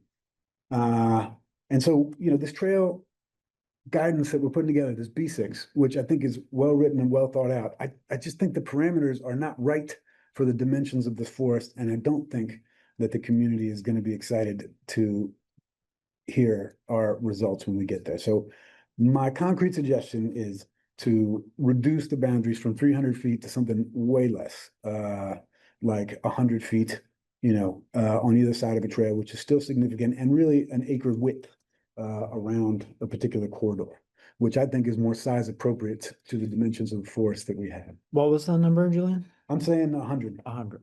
Oh, yeah, 100 instead of. On either side. On either side, yeah. So it's still a 100. 200-foot barrier, yeah, 100 on either side instead of 300 feet on either side, which is 600 feet, and covers so much landmass that we're never going to do it. Now, I am absolutely on board with trying to mitigate as much impact as possible, both on natural communities and on animals and habitat. But I do think we need to thread the needle a little finer, and I think we need to take, or rather situate Meredith Naughton's advice into the context of our relatively small community forest here. Yeah, so yeah, I appreciate that. I certainly don't want the public to get the wrong picture of what was, basically what was being kind of spelled out by that section. I guess I'll call on you in a second, Brad. My only thought about that is, and this had been brought up in the past, is, we're trying to do our best by looking at the science that we have based on, actual scientific data that we have from, published scientists, especially, some of it is here in the Northeast. Yes. And so what I've heard in multiple contexts is basically like, well, we have the scientific data, but I have, I think that it would be better for our forest that we do this, or I have anecdotal data that says like, oh, I saw bear poop in the woods, so it must be fine. And so I guess to me, I'm a little bit worried that we're basically just casting aside the science, and basically we have a report that says, that was researched, says this is how this works. And then we're saying, well, that's all well good, but we don't really care. You know, we're actually just gonna ignore that and we're gonna do our own thing instead. And so I guess I just want to put that out there because I feel like it's important that that we're not just making arbitrary decisions because that's what's convenient. I mean, that was kind of one of my main problems with the motion that Chase had made back in, I think it was March, where he was like trying to vote on a trail that would go up to explicitly connect to Sip of Sunshine, which I think I pointed out in the meeting was like, that's kind of like a confirmation bias where you're basically like, well, I want to put a trail there. We're gonna vote on a way to get a trail up there just because we want a trail. And we're gonna try to make things work so that this trail, you know, like we're gonna basically have to backwrite the management plan, ignoring certain science to make sure that this trail meets all the requirements. And so I guess I'm just a little bit concerned about I think Chase's intent with that, and I don't want to speak for Chase, I mean, I think he was trying, topic, I but guess. I think he was trying to avoid the opposite, which is writing the management plan in such a way that sort of nothing was possible in Sure, the future, sure. which I is guess kind of my- what Julian's afraid of, I think. Yeah, and And I agree that was not a good way to approach it, but I think his intent was kind of the opposite of what you're saying, even though the way it would have worked is exactly problematic in the way I yeah, would say. so I will say also, you know, we are in the middle of B6 and we're editing it as we go. So I guess, you know, we're still talking about buffers. So, you know, we could change those. I will also point out that below in this document, I explicitly, and this is all, you know, hasn't been reviewed by the entire committee yet, so maybe we'll toss it, maybe we'll keep it, is I explicitly wrote a trail deviation process because I understood that if we're following the science and we're trying to put the best buffers in place, here is a way for us to have a reasonable discussion about putting a trail in, like in good faith, even though we know it's actually violating the buffers that that science tells us we should be implementing around these like sensitive communities. And so it kind of allowed for a way to continue to move forward and basically say like, this is the science we know about. We're trying to do our best to protect the forest and potentially serve, you know, as a model for other communities, you know, who are trying to, you know, protect town land as well, but also recreate on it. Right. And here's a process that we can go through and say like, okay, well, we're out of bounds, like, you know, in this area, but we can, you know, talk through this and, you know, because we haven't gone through that, I guess I would say that the buffers maybe should stay as they are, but maybe the trail deviation process is where we would make the adjustments to say like, because there were some technical things which we haven't discussed yet, which was like, well, if 10% of the trail is, or it's, you know, if it's impinging, you know, within, you know, 10% of the 300-foot buffer, then it's fine, but any further and it's not. That would basically give us the leeway to start, you know, doing some of that stuff. Brad, because you have your hand up, and then Bruce, just so you don't have to keep your hand up. Appreciate it. Yeah, thanks, Sam. Yeah, no, good point on the plan. I think, I don't know, it's probably unfair, but I get the feeling that people really haven't read this, what we've got. You know, the idea of shutting everything down, we're not. The parameters are only for new trail construction. And we're saying the existing trail network, I'm talking north, can stay, and people can use it. That long list of recreationists that I made, you know, walkers, hikers, hunters, everything, photographers, forest bathers, plus students, researchers, foresters, whoever. There are trails up there. I've been on them, and I think in some cases, yeah, they're too steep. Then there are others that aren't as steep. Pedestrians can get up there. We keep switching, you know, talking in generalities about recreationists, and what's really the fight is about a mountain bike trail and mountain bikers wanting that particular connection to Sip of Sunshine and the Jericho network north of that. And that's what it comes down to, but it keeps getting blurred, and because we lose that you know, specific focus on bikes and attribute it to recreationists, and the people get all shook up when they hear that we're closing the forest. We're not, but we've come up with a sustainable way to keep that forest.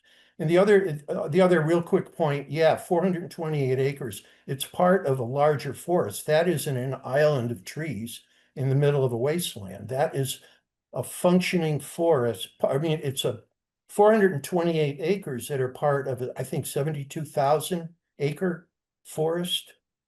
Forest where wildlife needs to be able to move around, adapt to climate change, and so far it needs privacy. And so that in that forest is highest priority in the natural communities, connectivity, interior forest, all the important things for the state to maintain its ecological integrity. I know it doesn't all hang on Andrews at all, but that forest is just, you know, an artificial construction of a border around a chunk of a big forest, and we don't want to damage that either. Because people start doing that, it's death by 1,000 cuts, and pretty soon the value of that forest diminishes too. So I think, you know, it's what we've been talking about is reasonable. I also should mention that the field naturalists specifically talked about zones of influence and buffering it. They studied that particular forest.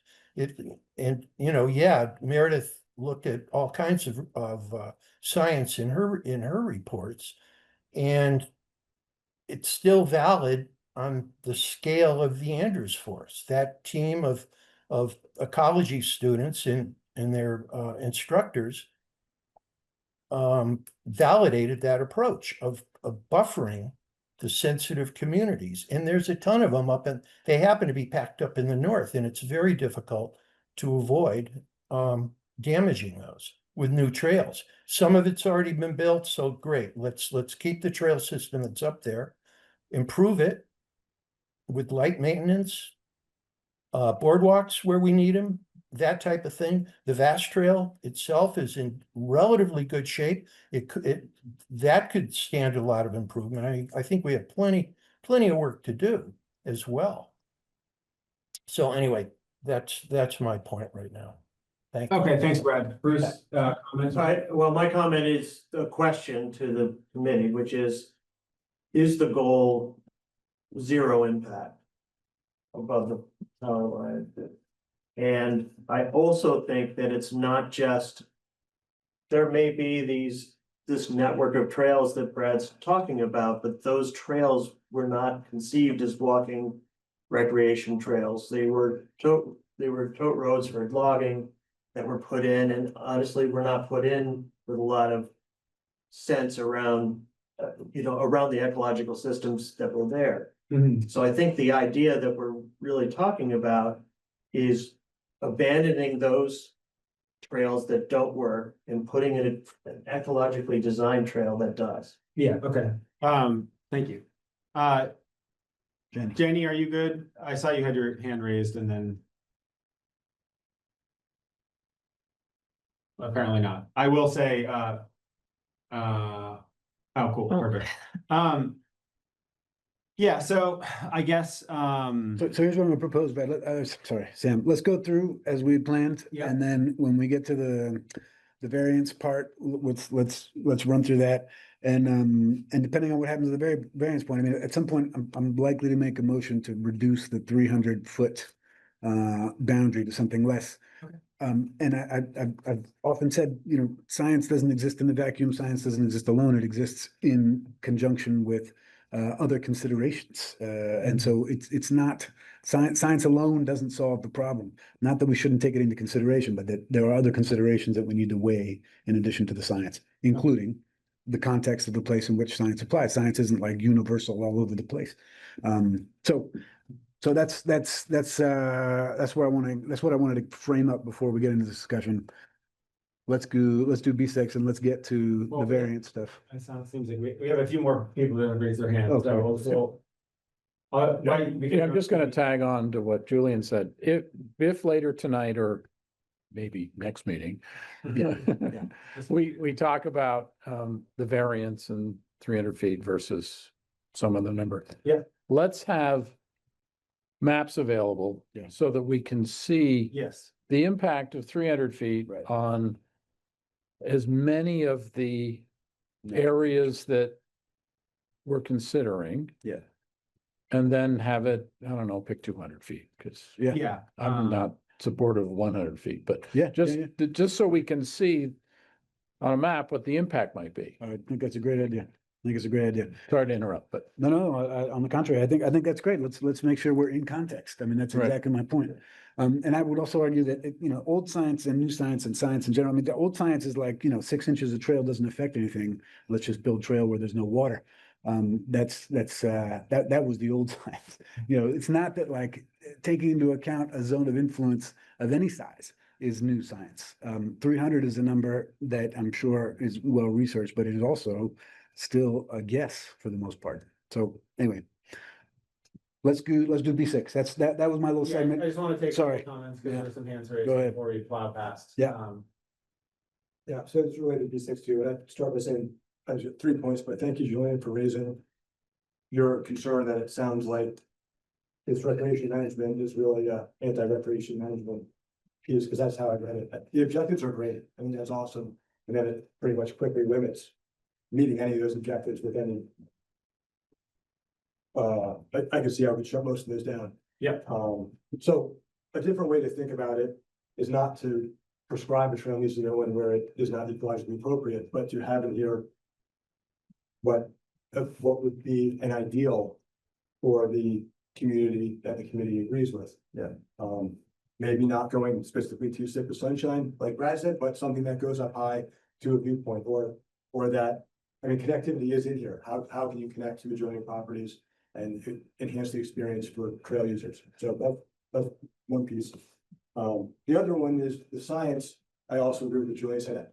None of the animals out there are using tape measures. If they were, they'd probably use the metric anyway, but they're not using round measures, so.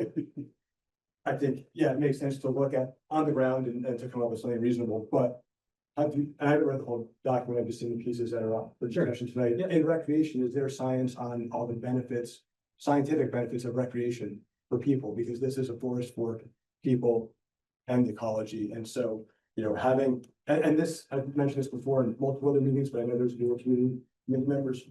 This is the only town-owned piece of land with elevation that trails can go on. So we hear a lot about all these trails in town. They're all on private land, at the generosity of private landowners who could change their mind, pass the property on, have it changed.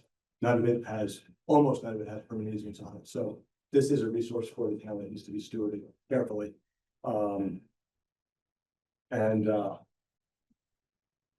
Yeah, with that in mind, there's tons of research on the benefits of people being able to get outside. Mental health, physical health, lowered healthcare costs, community building, sense of community for people who live on that side of town, actually having that out their back doors or not having to drive somewhere. Both meets a lot of the town plans around driving less, getting people outside, again, having connectivity to other parcels is important for all those reasons. So there's a lot of other science that's not just the science of wildlife that isn't even around somewhere else in the planet. If it's not, my advice before was to actually have less science in this plan, so you don't have it 60, 80, 100-page document, trying to distill it down just to smaller pieces, so you don't overwhelm the public. Yeah. And make your lives crazy trying to do it. But if it's not in there and you have a whole lot on just the ecology, when you're talking, like, this is recreation management, this looks like an ecological piece, it doesn't have any of the science and the benefits of recreation. Yeah, I appreciate that feedback. I'm not sure what documentation we have for the benefits of recreation, but what we have been doing with a lot of those resources is basically putting them on the back end. So the appendices have gotten quite large, but basically that way you can say, I mean, it sounds like what you're proposing would be, all right, well, let's put something in the recreation section that mentions that, then the benefits, and then, we link it out to a study like we have with some of these, like the Meredith Mountain Report and some of these other studies that are scientific. But yeah, you bring up a good point. It is, it's probably worth including those resources as well. So yeah, appreciate that feedback. Did you have a I comment? was wondering if Arrowwood mentioned a number in their report. I don't know, personally. Remember, like, what do you mean? Like if you're talking about that barrier, like Barrier. it seems to be like the topic of the last 5 minutes. I was just curious. Yep. if A zone of influence? Yeah. Or the the width on either side of a corridor, if they made The a buffer. recommendation and what that number was. I'm just curious, they were the paid ecologists I who think were they did. paid to do a study. I was just curious what they said. They were more nuanced to the meeting. If I- Go ahead. So. There's places like vernal pools. Yeah. But you don't want a trail to go through a vernal pool. There's places like bear habitat. You want to be further away from those particular areas. There's other things like, dry oak forest is on that property. Yeah. I forget the technical term for it. It's not, I think it's called rare in Vermont. It's not endangered. It's just, they're generally, it's northern hardwoods, maple, dry oak is not as common. Correct. So their objective there was you should have the trail go through it because people don't get to see it as much, but the trail should go through it quickly and not do a big spaghetti nest through there. So like there's an area where it'll bring the public to it. They can appreciate it. They can see it. They're also dry and higher up. You get good views, but don't wander all through it. The top of the Preston Loops is a driving force. So similar to that, trail goes through it, doesn't mess around in it. Top of the Maple Wind Trails is a drive. Yeah, so it's sort of like what Julian was saying, like, I think different, you need to think about how the forest is set up, how it's gonna be used. Are there bigger chunks to set aside within the northern section and other parts that could have trails on it? Sometimes you might need to make compromises that like are not perfect for one specific thing, but meet the needs of the overall, so that you protect 98% of the resources here and maybe go through somewhere else, so. Yeah. But they did explain it in detail in the meeting, hopefully they were important, so you can reference it. Cool, thank you. Yeah, that's all good feedback. I guess this is still in Julian's, I'm done. okay, I'm done. so, yeah, that feedback is welcomed and noted. I do think that it makes sense to show the map. Like I don't think it ever made it into a packet. But lest we get like super off track again, there are maps that show like the natural communities and their buffers. And it's like, I had penned, a trail or two on a map that basically showed like, this is still possible with the buffers we're talking about. Yeah, I've never seen. And it was just an example, so, it wasn't really, but it was to kind of try to dispel. That on the way eastern side? Did you show me that one time? Was that on the way eastern side of the forest? Yes, Okay. yeah, exactly. And so, Okay. yeah, maybe we had talked about it, that one time that we met, Yep. just one-on-one. But also, it went out in an email to the committee, Yeah. it was like, but it didn't make the Yes. packet, basically. Yeah. And it was like, yeah, trying to show that putting the buffers in place doesn't mean that, there's no way we can put a trail in. And I had actually walked the trail, like basically the proposed path with Jim, in the spring. And basically, to the best of my ability, like sort of walked away that was avoiding slopes, avoiding all those, the natural communities. And, I'm not a trail builder, but it looks different than some of what the former, the other proposed trails Yeah. looked like. Yeah. It seems like when we have that discussion, we could include it in the packet, and I can give people a quick preview, but That'd be super helpful, man. Let's do that again. basically. I mean, that's sort of like ground testing these limits, which is a little bit, I really appreciated what you said, right? I mean, let's figure out those limits feel like we're closing the forest, honestly. And I know, Brad, that's not the intention, and I know that anybody's free to walk wherever, but trails are how most people get around. So I'd love to do that, Sam, if you have proposals and we can test Yeah, it was distances. I think well, it'd be really yeah, helpful. so it was kind of, sorry, that didn't work. It was basically, the point was, it was the same time that Jim had submitted, here it is. A little bit lagged here.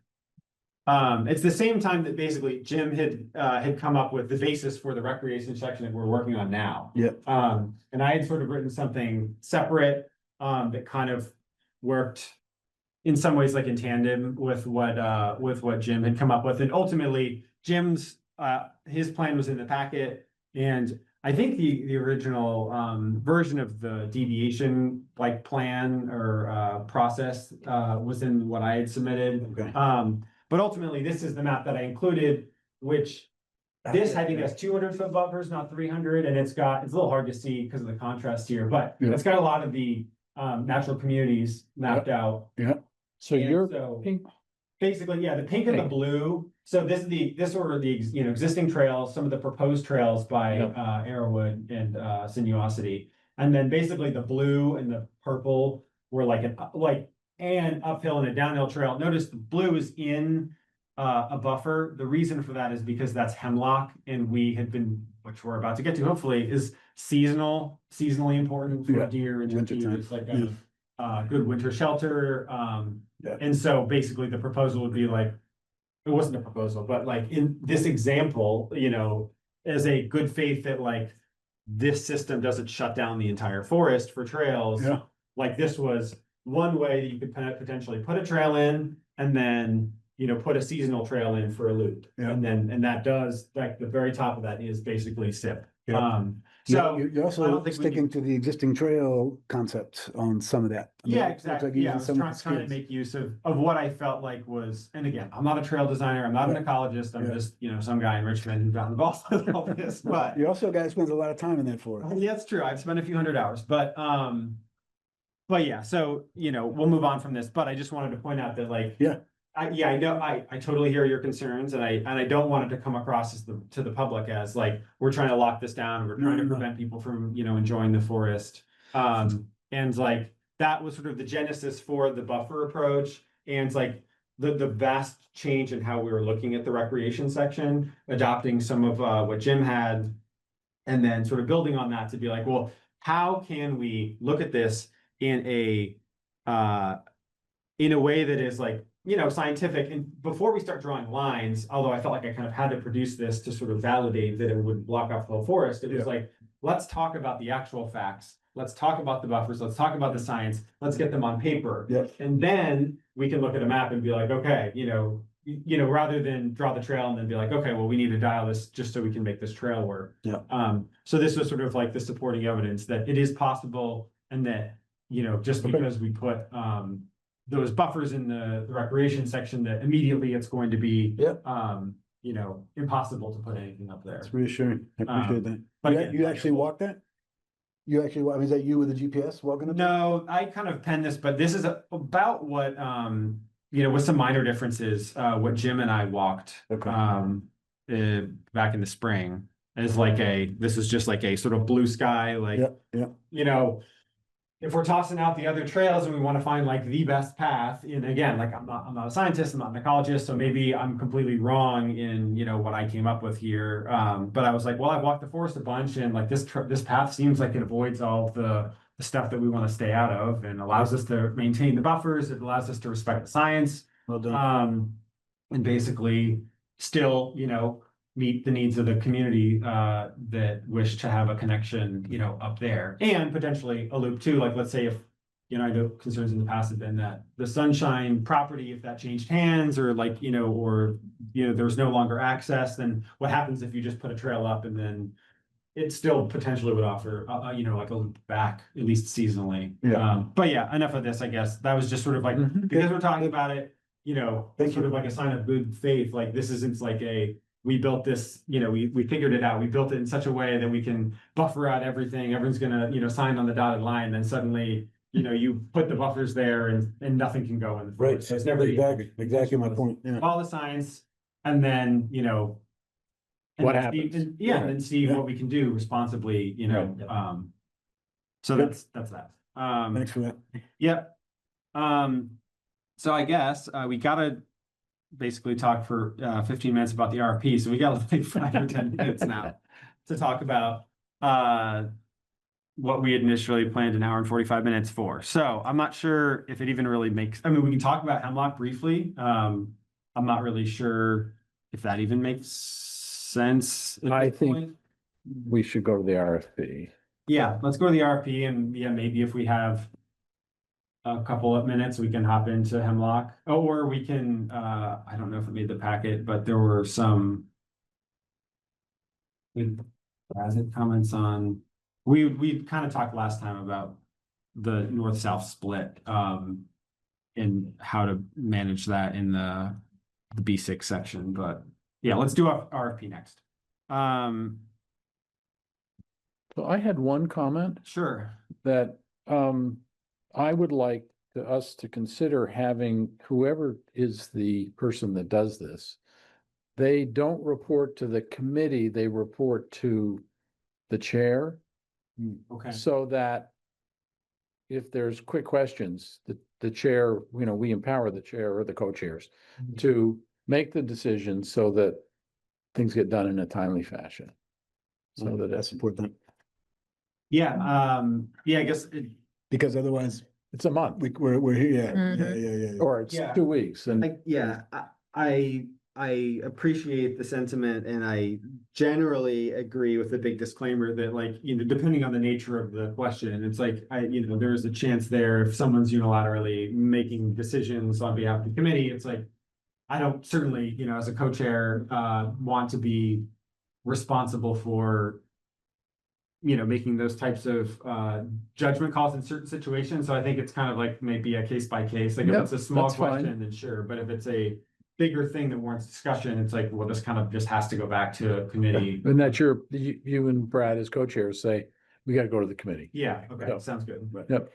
Ian? Well, yeah, to remind everyone that we authorized a work group to work on the RFP. That work group has met twice and also consulted with the select board.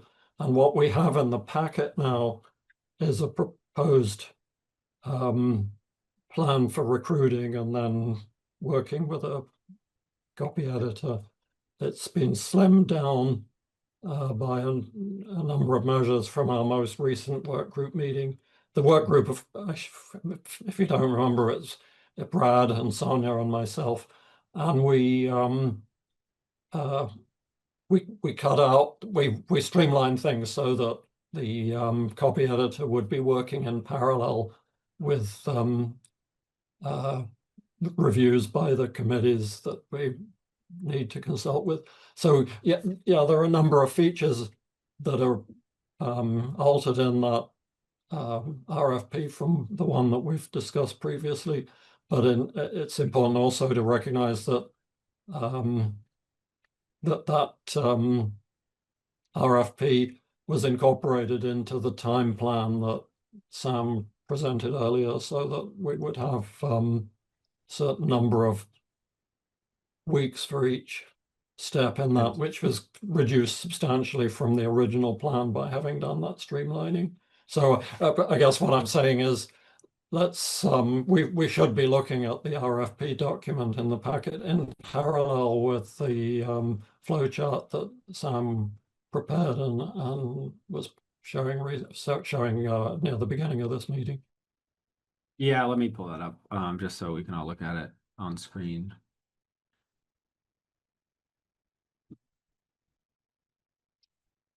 One.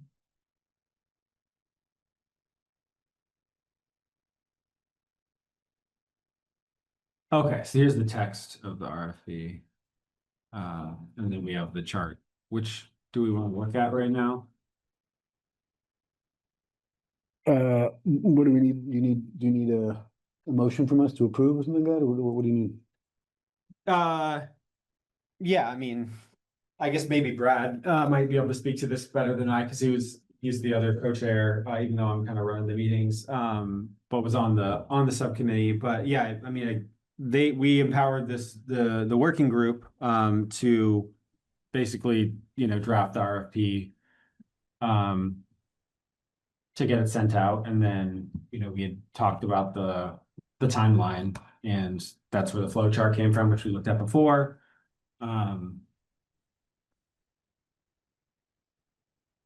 Yeah. There's highlighting in D and G. You want- What's changed? Yeah, I can go through.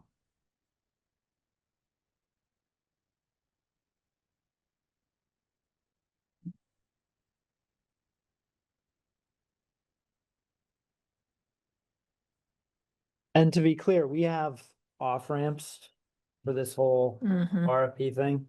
Like if we decide it's too expensive or it's gonna take too long, Well, yeah, so we want to do it ourselves, right? Pointing out that my understanding is that with any bidding process, you can choose not to select any bid, right? You can move forward with this, we could put out an RFP, we could get, you know, some bids, and then we could say like, no, actually, we don't need this, or we are not happy with any of the bids, that were submitted, you know, or, Okay. you know, it's not the select board or town's wish to move forward.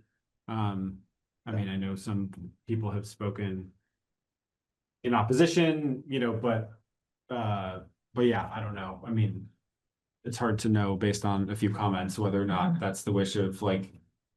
Yeah, I'm the- thinking more our select own, board's our own comfort, like what Brad was saying, when we get that first iteration back. I think Yeah. we're gonna have a real, you know, good sense of whether this is money well spent or, you know, probably when we get the RFPs, but when we get the, stuff back even before they actually touch the document, I think we'll know a lot more. Yeah, so I mean, And we should keep discussing, do we want to move forward with this? yeah. Is this worth it?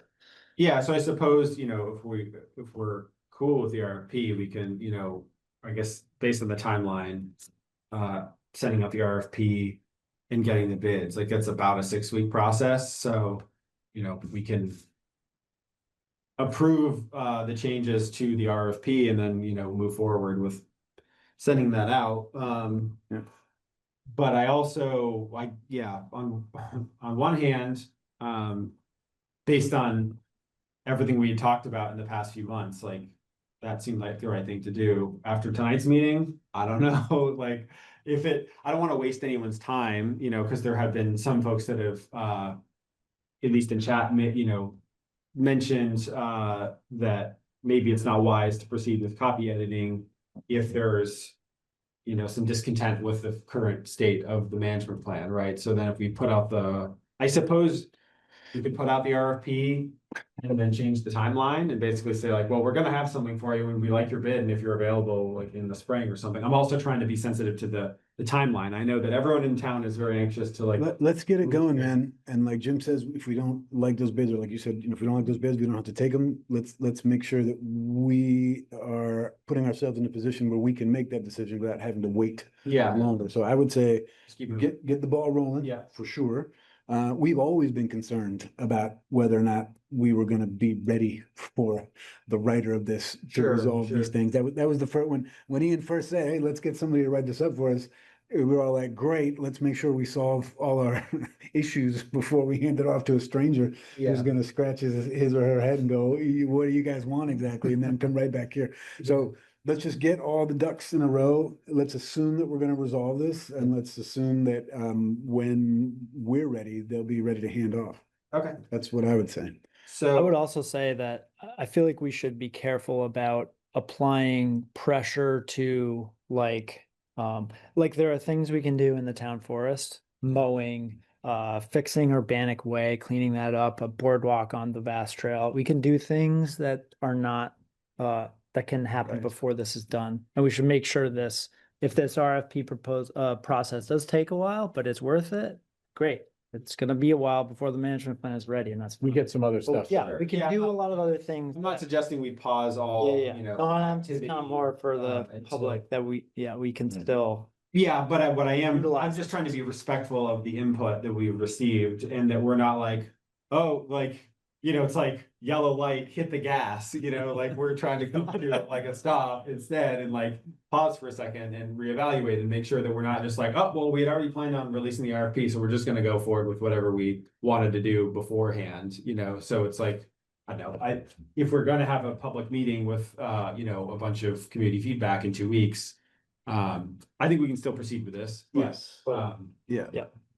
But yeah, I'm just trying to be respectful of, you know, the wishes of the community and make sure that we're not just, Totally. whether it's, you know, the optics or, you know, or the intent, you know, to make sure that we're doing what's right for everybody, you know? And No, I think that's well taken. That And said- I still think we should get the ball rolling. Yeah, that said, I would just, I'm not sure if it's above here, but I would just say that we might want to put in the RFP, if there's any timeline, we might want to scrutinize that a little bit more carefully, and make sure that it's a little bit loose in terms of, Yeah. well, it might be in a couple months, or it might be, you know, in the spring, or, you know, so we're not setting somebody up, especially if there's, you know, Yep, booking yep. themselves out or something, you Yep. know, and expecting, oh, I might, you know, be working on this.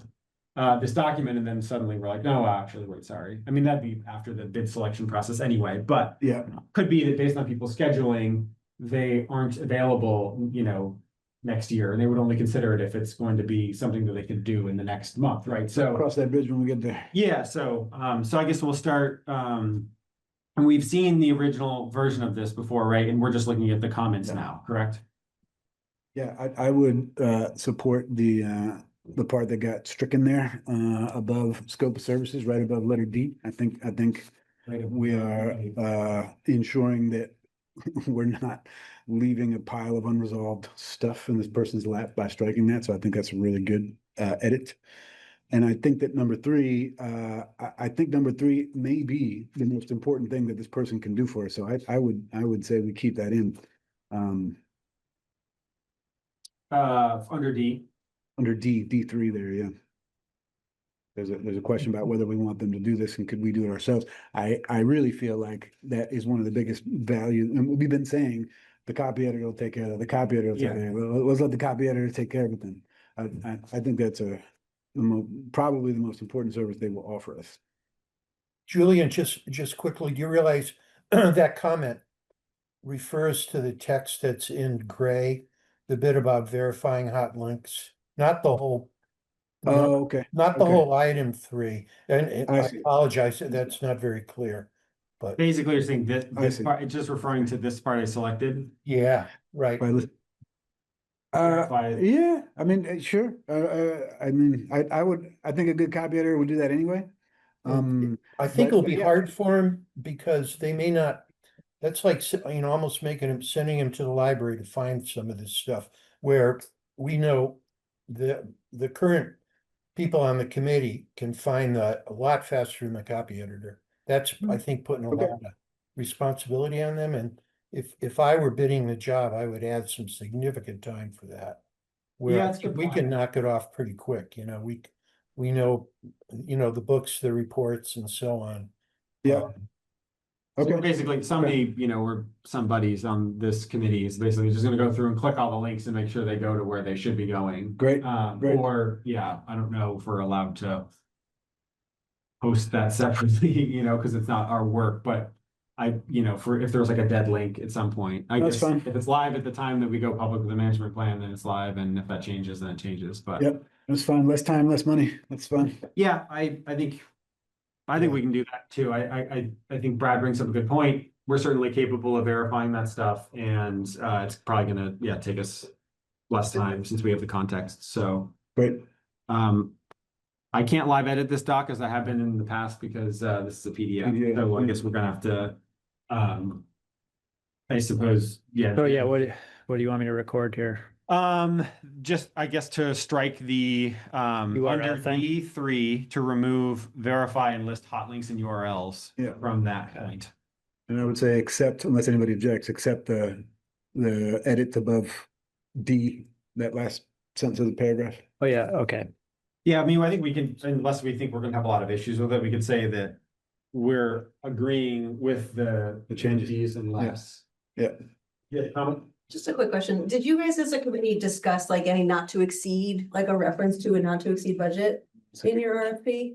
Like I've been on the receiving end of RFPs for many years, Yeah. and like knowing that there is like a cap to what the committee would consider Yeah. as a reasonable spend is really helpful. If you're like, in your mind, you're sort of thinking like, oh, it's gonna be this much work, and you think that's a- calculate and you're like. I think it's a town requirement.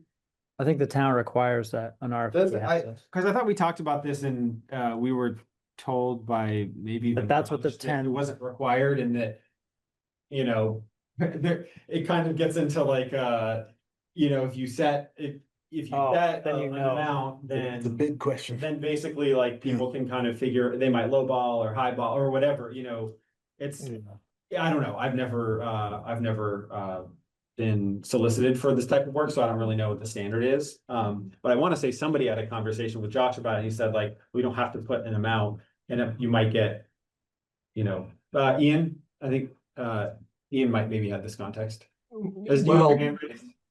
Remembering that we have met with Josh Anderson to make sure we're just complying with town policies. It's the town that would be putting out the RFP, not this committee, and they have procedures for doing that, and they don't like to put in a maximum amount into an RFP, but clearly, if it's already in the public record as what's been Right. discussed as a maximum amount. The It's cat's from out of the both, bag. Yeah. It's true, but so, sorry, Ian, go ahead. Sorry, but I didn't- if I could add one other thing, which is about the highlighted section, that was discussed in the work group in the context of fact checking.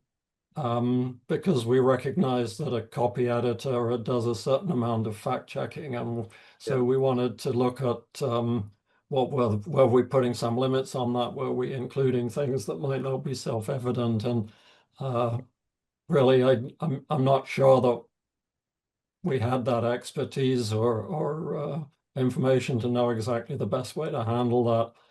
But at the same time, where the process involves people bidding on this to make a statement of what they're intending to do.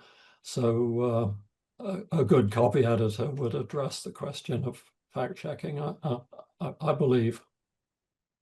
Yeah, I agree. I agree. To your point though, I do wonder if we're missing something in the selection criteria about competitiveness of the bid, i.e. price. So our selection criteria is about capabilities, professionally speaking, which is great, public policy, writing, organization, and we want some evidence there. And number three, I imagine that price will also be a factor in that selection criteria, would it not? Say the last part again. Well, if someone says, I'll do it for 6,000 and someone says, I'll do it for 99.99, and they seem to have the same qualifications, wouldn't you choose 6,000?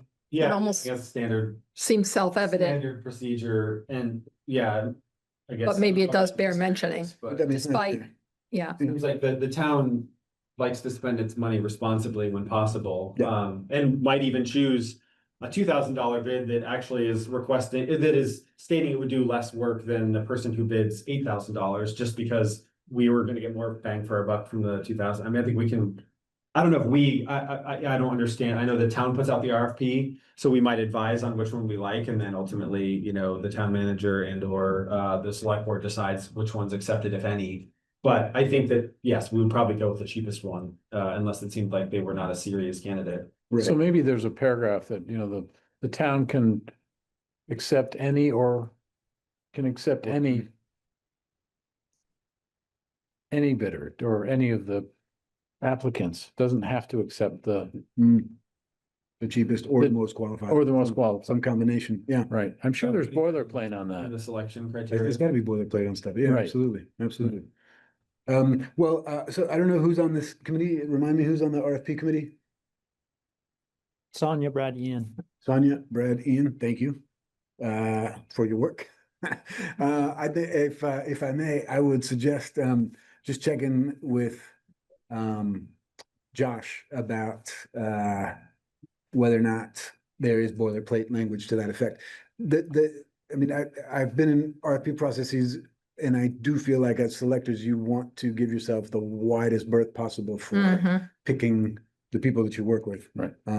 And they, like you say, and they may be, it may just be town policies anyway, and we're just reinventing the wheel or warm water or black thread or whatever. But it'd be great if you could check that with Josh, and then if boilerplate. Yeah, I think already, Josh has seen this twice and given input, and also sent us a skeleton RFP that the town would use, so it identified the elements that have to be included according to the town bidding process. So I believe the present draft of this RFP is in pretty good shape relative to what the town would be requiring. So as timekeeper, we're at 8:57. Cool. I guess what is the committee's wish then? Because we're out of time unless folks want to continue to chat. I guess this only goes a bit further. I would move that we accept this document as proposed with the changes So are we, suggested. okay, With the condition that we just check with the town about whether or not there's boilerplate language about the criteria, the selection criteria okay. that refers to price. But other than that, I don't think we need to look at this again unless somebody changes their mind. Okay, Do I have all the edits? I only had the two. Is this another? Yeah. well, so we have this entire, yeah, you can't even see it on the screen really, but we have this entire section G, which was not in the RFP before that we haven't talked about. So we're just blindly accepting this. I mean, without discussion. I read it, I feel like. Yeah, I'm it's blind. not as blind. It's. I mean, yeah, I mean, the working group, I'm not trying to insinuate that work was, careful thought wasn't put into this section. But without discussion, is everyone comfortable with moving forward with this as is? Do we need to put anything in here that specifically states the flexibility of our potential schedule, or is this just being fully open-ended fine? Like, just not saying anything about like, well, we want this done this fall, or maybe next year. I think Just fine without stating it. I don't think we know. I suppose I'm it was explicit before, right? Go ahead, Ian. I'm seeing that Brad has a hand up and I have sorry, a Brad. Totally missed brief that. comment also. Yeah, I think it would be helpful to get it out even, I mean, that's a great point. We don't know. I mean, if things, really get tangled up, it could go out months more, But I think by getting it out there, we'll at least solicit hopefully, a bunch of potential candidates. And we can go back to them when we do have a draft, even a preliminary draft as the chart reflects. And restart the process if we had to. And if somebody says, well, yeah, I was able to jump on it last October, but I'm booked now, it's January. So be it, but at least we'll have some names and we'll be getting the word out on this thing. And, Yeah, I suppose and the just only go- other thing I was gonna say, when we talked to Josh to confirm the bit about what we say about competitiveness, I would also make the point, it's about time as well as money. And the other qualifications of the person as well. And there probably is boilerplate on that, I agree. So you're suggesting an edit to the selection criteria that specifically states how quickly they can turn this around? It's in the, I just saw it in one of those paragraphs, Sam. Let me see, back up maybe a little bit. Where I was before, like here? No, back up, go more towards the top of the document of the whole thing. Selection criteria. Okay, proposal requirements. Applicants must provide a sealed bid, including the bid amount and the time frame for completing the scope of services. So we have time up there. It's kind of implied that that's, how we're gonna determine this, but if we have Okay, that yeah. selection criteria, that's easy. Yeah, Okay, cool. but I made a motion Cool. All right, motion to accept the document as written with the modifications suggested here. With the caveat that we check with the town to see if there is boilerplate language for the selection criteria that we need to include. in regards to the price or? Yeah. I'll second that. Okay. But can we spell out that third? I think it's just the third edit, just so I can frame it. I think I have the first two. Strike the lines on 64 and 65. There was an edit there, right? Yeah. 64 and 65 had strike through. Yes. And then Strike through those. Yep. And then remove the Remove- section D, number 3, the URL Yep, exactly. testing. The colored And text then on. what's the last one? I'll just put it in the minutes and then, Yes, and the last one was that or is it 2? the last edit was, so everything else is being accepted as is. I mean, so you probably don't even need to note the striked out part because that's already in this as proposed, right? We're basically accepting the entire document except for two things. One is the link thing that we just talked about on line 72 and 73 to remove, verify, Yep. and list hot links and URLs. And then the other change being what Julian mentioned, which was cross-checking with the town to see if there isn't some boilerplate regarding pricing, you know, or the Selection criteria. yeah, selection in the selection criteria. Boilerplate for, we Boilerplate specifically talked about related to not to pricing. exceed, but I guess pricing at all. Yeah, I would say pricing in general, yeah, and if not to exceed is part of it, fine. I'm assuming they're, yeah, considering, you know, Ian at least has met with Josh a couple times about it, that we're probably not gonna have boilerplate for that, but I suppose you could ask him more time before we send it out. Ian? Another discussion point is that, I think it's on page 3, there's some red text which Josh inserted giving the specifics of deadlines for different things to occur. And so obviously they depend on the timeline, the time frame that has at some point we push the button and release this RFP. At that time, the dates would be inserted, obviously, based on our expected timeline. So the red text would be replaced with specific dates. Yeah, okay, so based on the chart we have, which I think we all generally agree on, at least for the RFP, like a bidding process, wouldn't we just, right when before we press go, change the proposals must be received by, well, I guess we're selecting the bid in that 6-week window, so I don't recall, did we say 4 weeks for them to respond, and then that gives us a couple weeks to look at it and then make a choice? I don't know how many people have to look at it, like if just we're looking at this, or if also the town and or select board is looking at it too, so I don't know if we can promise to have it ready in 2 weeks after we receive all the bids, right? That might be pressuring other parties. I think Josh has. We have to look at it, Josh has to look at it.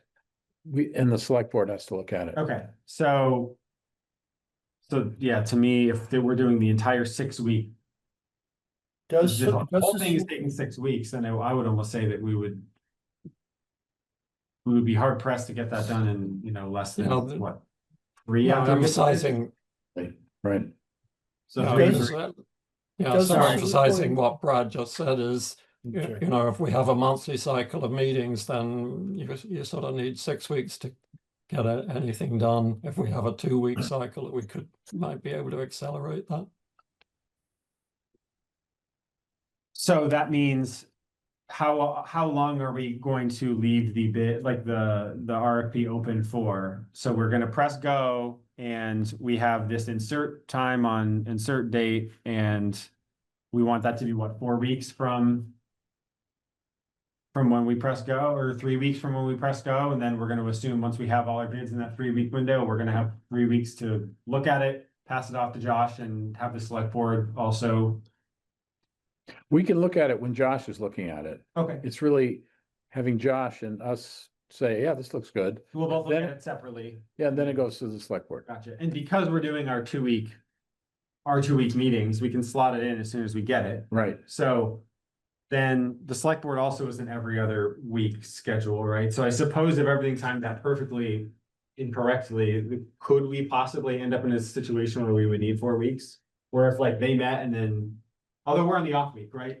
We're gonna need 3 or 4 weeks, I think, but it's gonna work. So do we want to put 3 weeks from the date that we send it?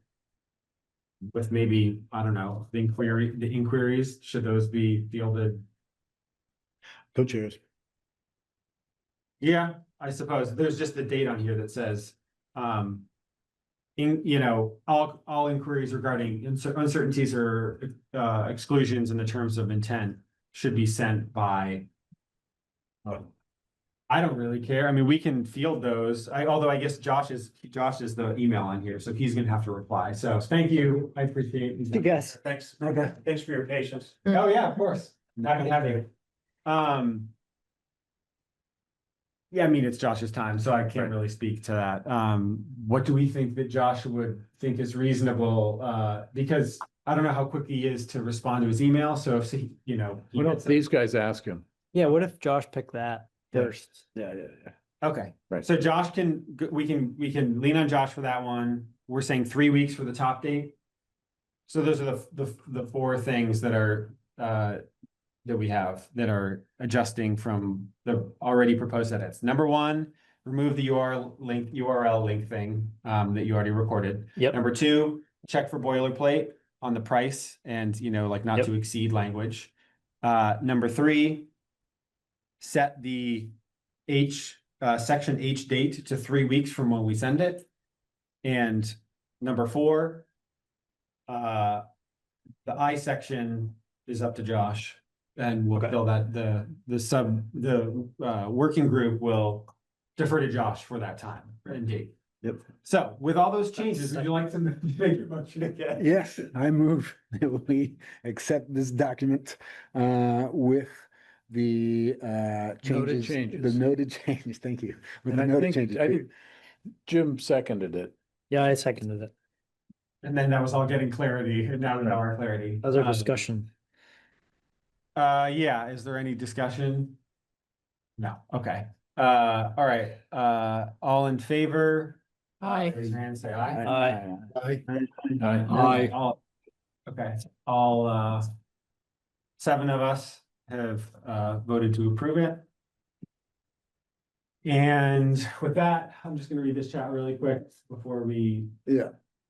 close, because I don't want to kick anyone out and not. Jenny wants to know if we're still connecting to Sip Sunshine. Jenny, let us get back to you. Yes, stay tuned. Okay, That's so a- it's still an open question then. It is, Yeah. yes. And this is I will, remind folks that this is the version of the current management plan is essentially what this committee has been working on, but it still has some review to go, even if we didn't do the public meeting, which it sounds like we might be doing. There was still public feedback. Also, the select board has to weigh in on it, and other committees in town as well. So But Jenny, I will say this, even if it were possible still to connect to Sip of Sunshine, it's very unlikely that in the management plan, you will see, we're gonna connect to Sip of Sunshine. What you're gonna see are trail parameters that we've all negotiated and agreed on, and then somebody will need to bring forth the trail proposal after the management plan has been approved that meets the conditions that are in the trail parameters. And if somebody wants to propose to connect to Sunshine and it meets those parameters, then we're in We'll business. work on it. Yeah. So fair point. I was, I think, asking whether it's completely precluded at this point. And thank you all for being super patient with me. I'm just No. entering the conversation. well, it goes both ways, because people have been patient with me too, is the new co-chair who doesn't have the. You've done an Did a amazing great job job. tonight. Yeah. Yeah, I'm trying. Great, okay, well, I think we're probably all pretty anxious to get out of here. Make a so- motion, we adjourn. Yeah, thank you, man. Could someone second? Second. All right, all in favor? Aye. Aye. Thank you, Aye. everyone. Have a good night. Thank you.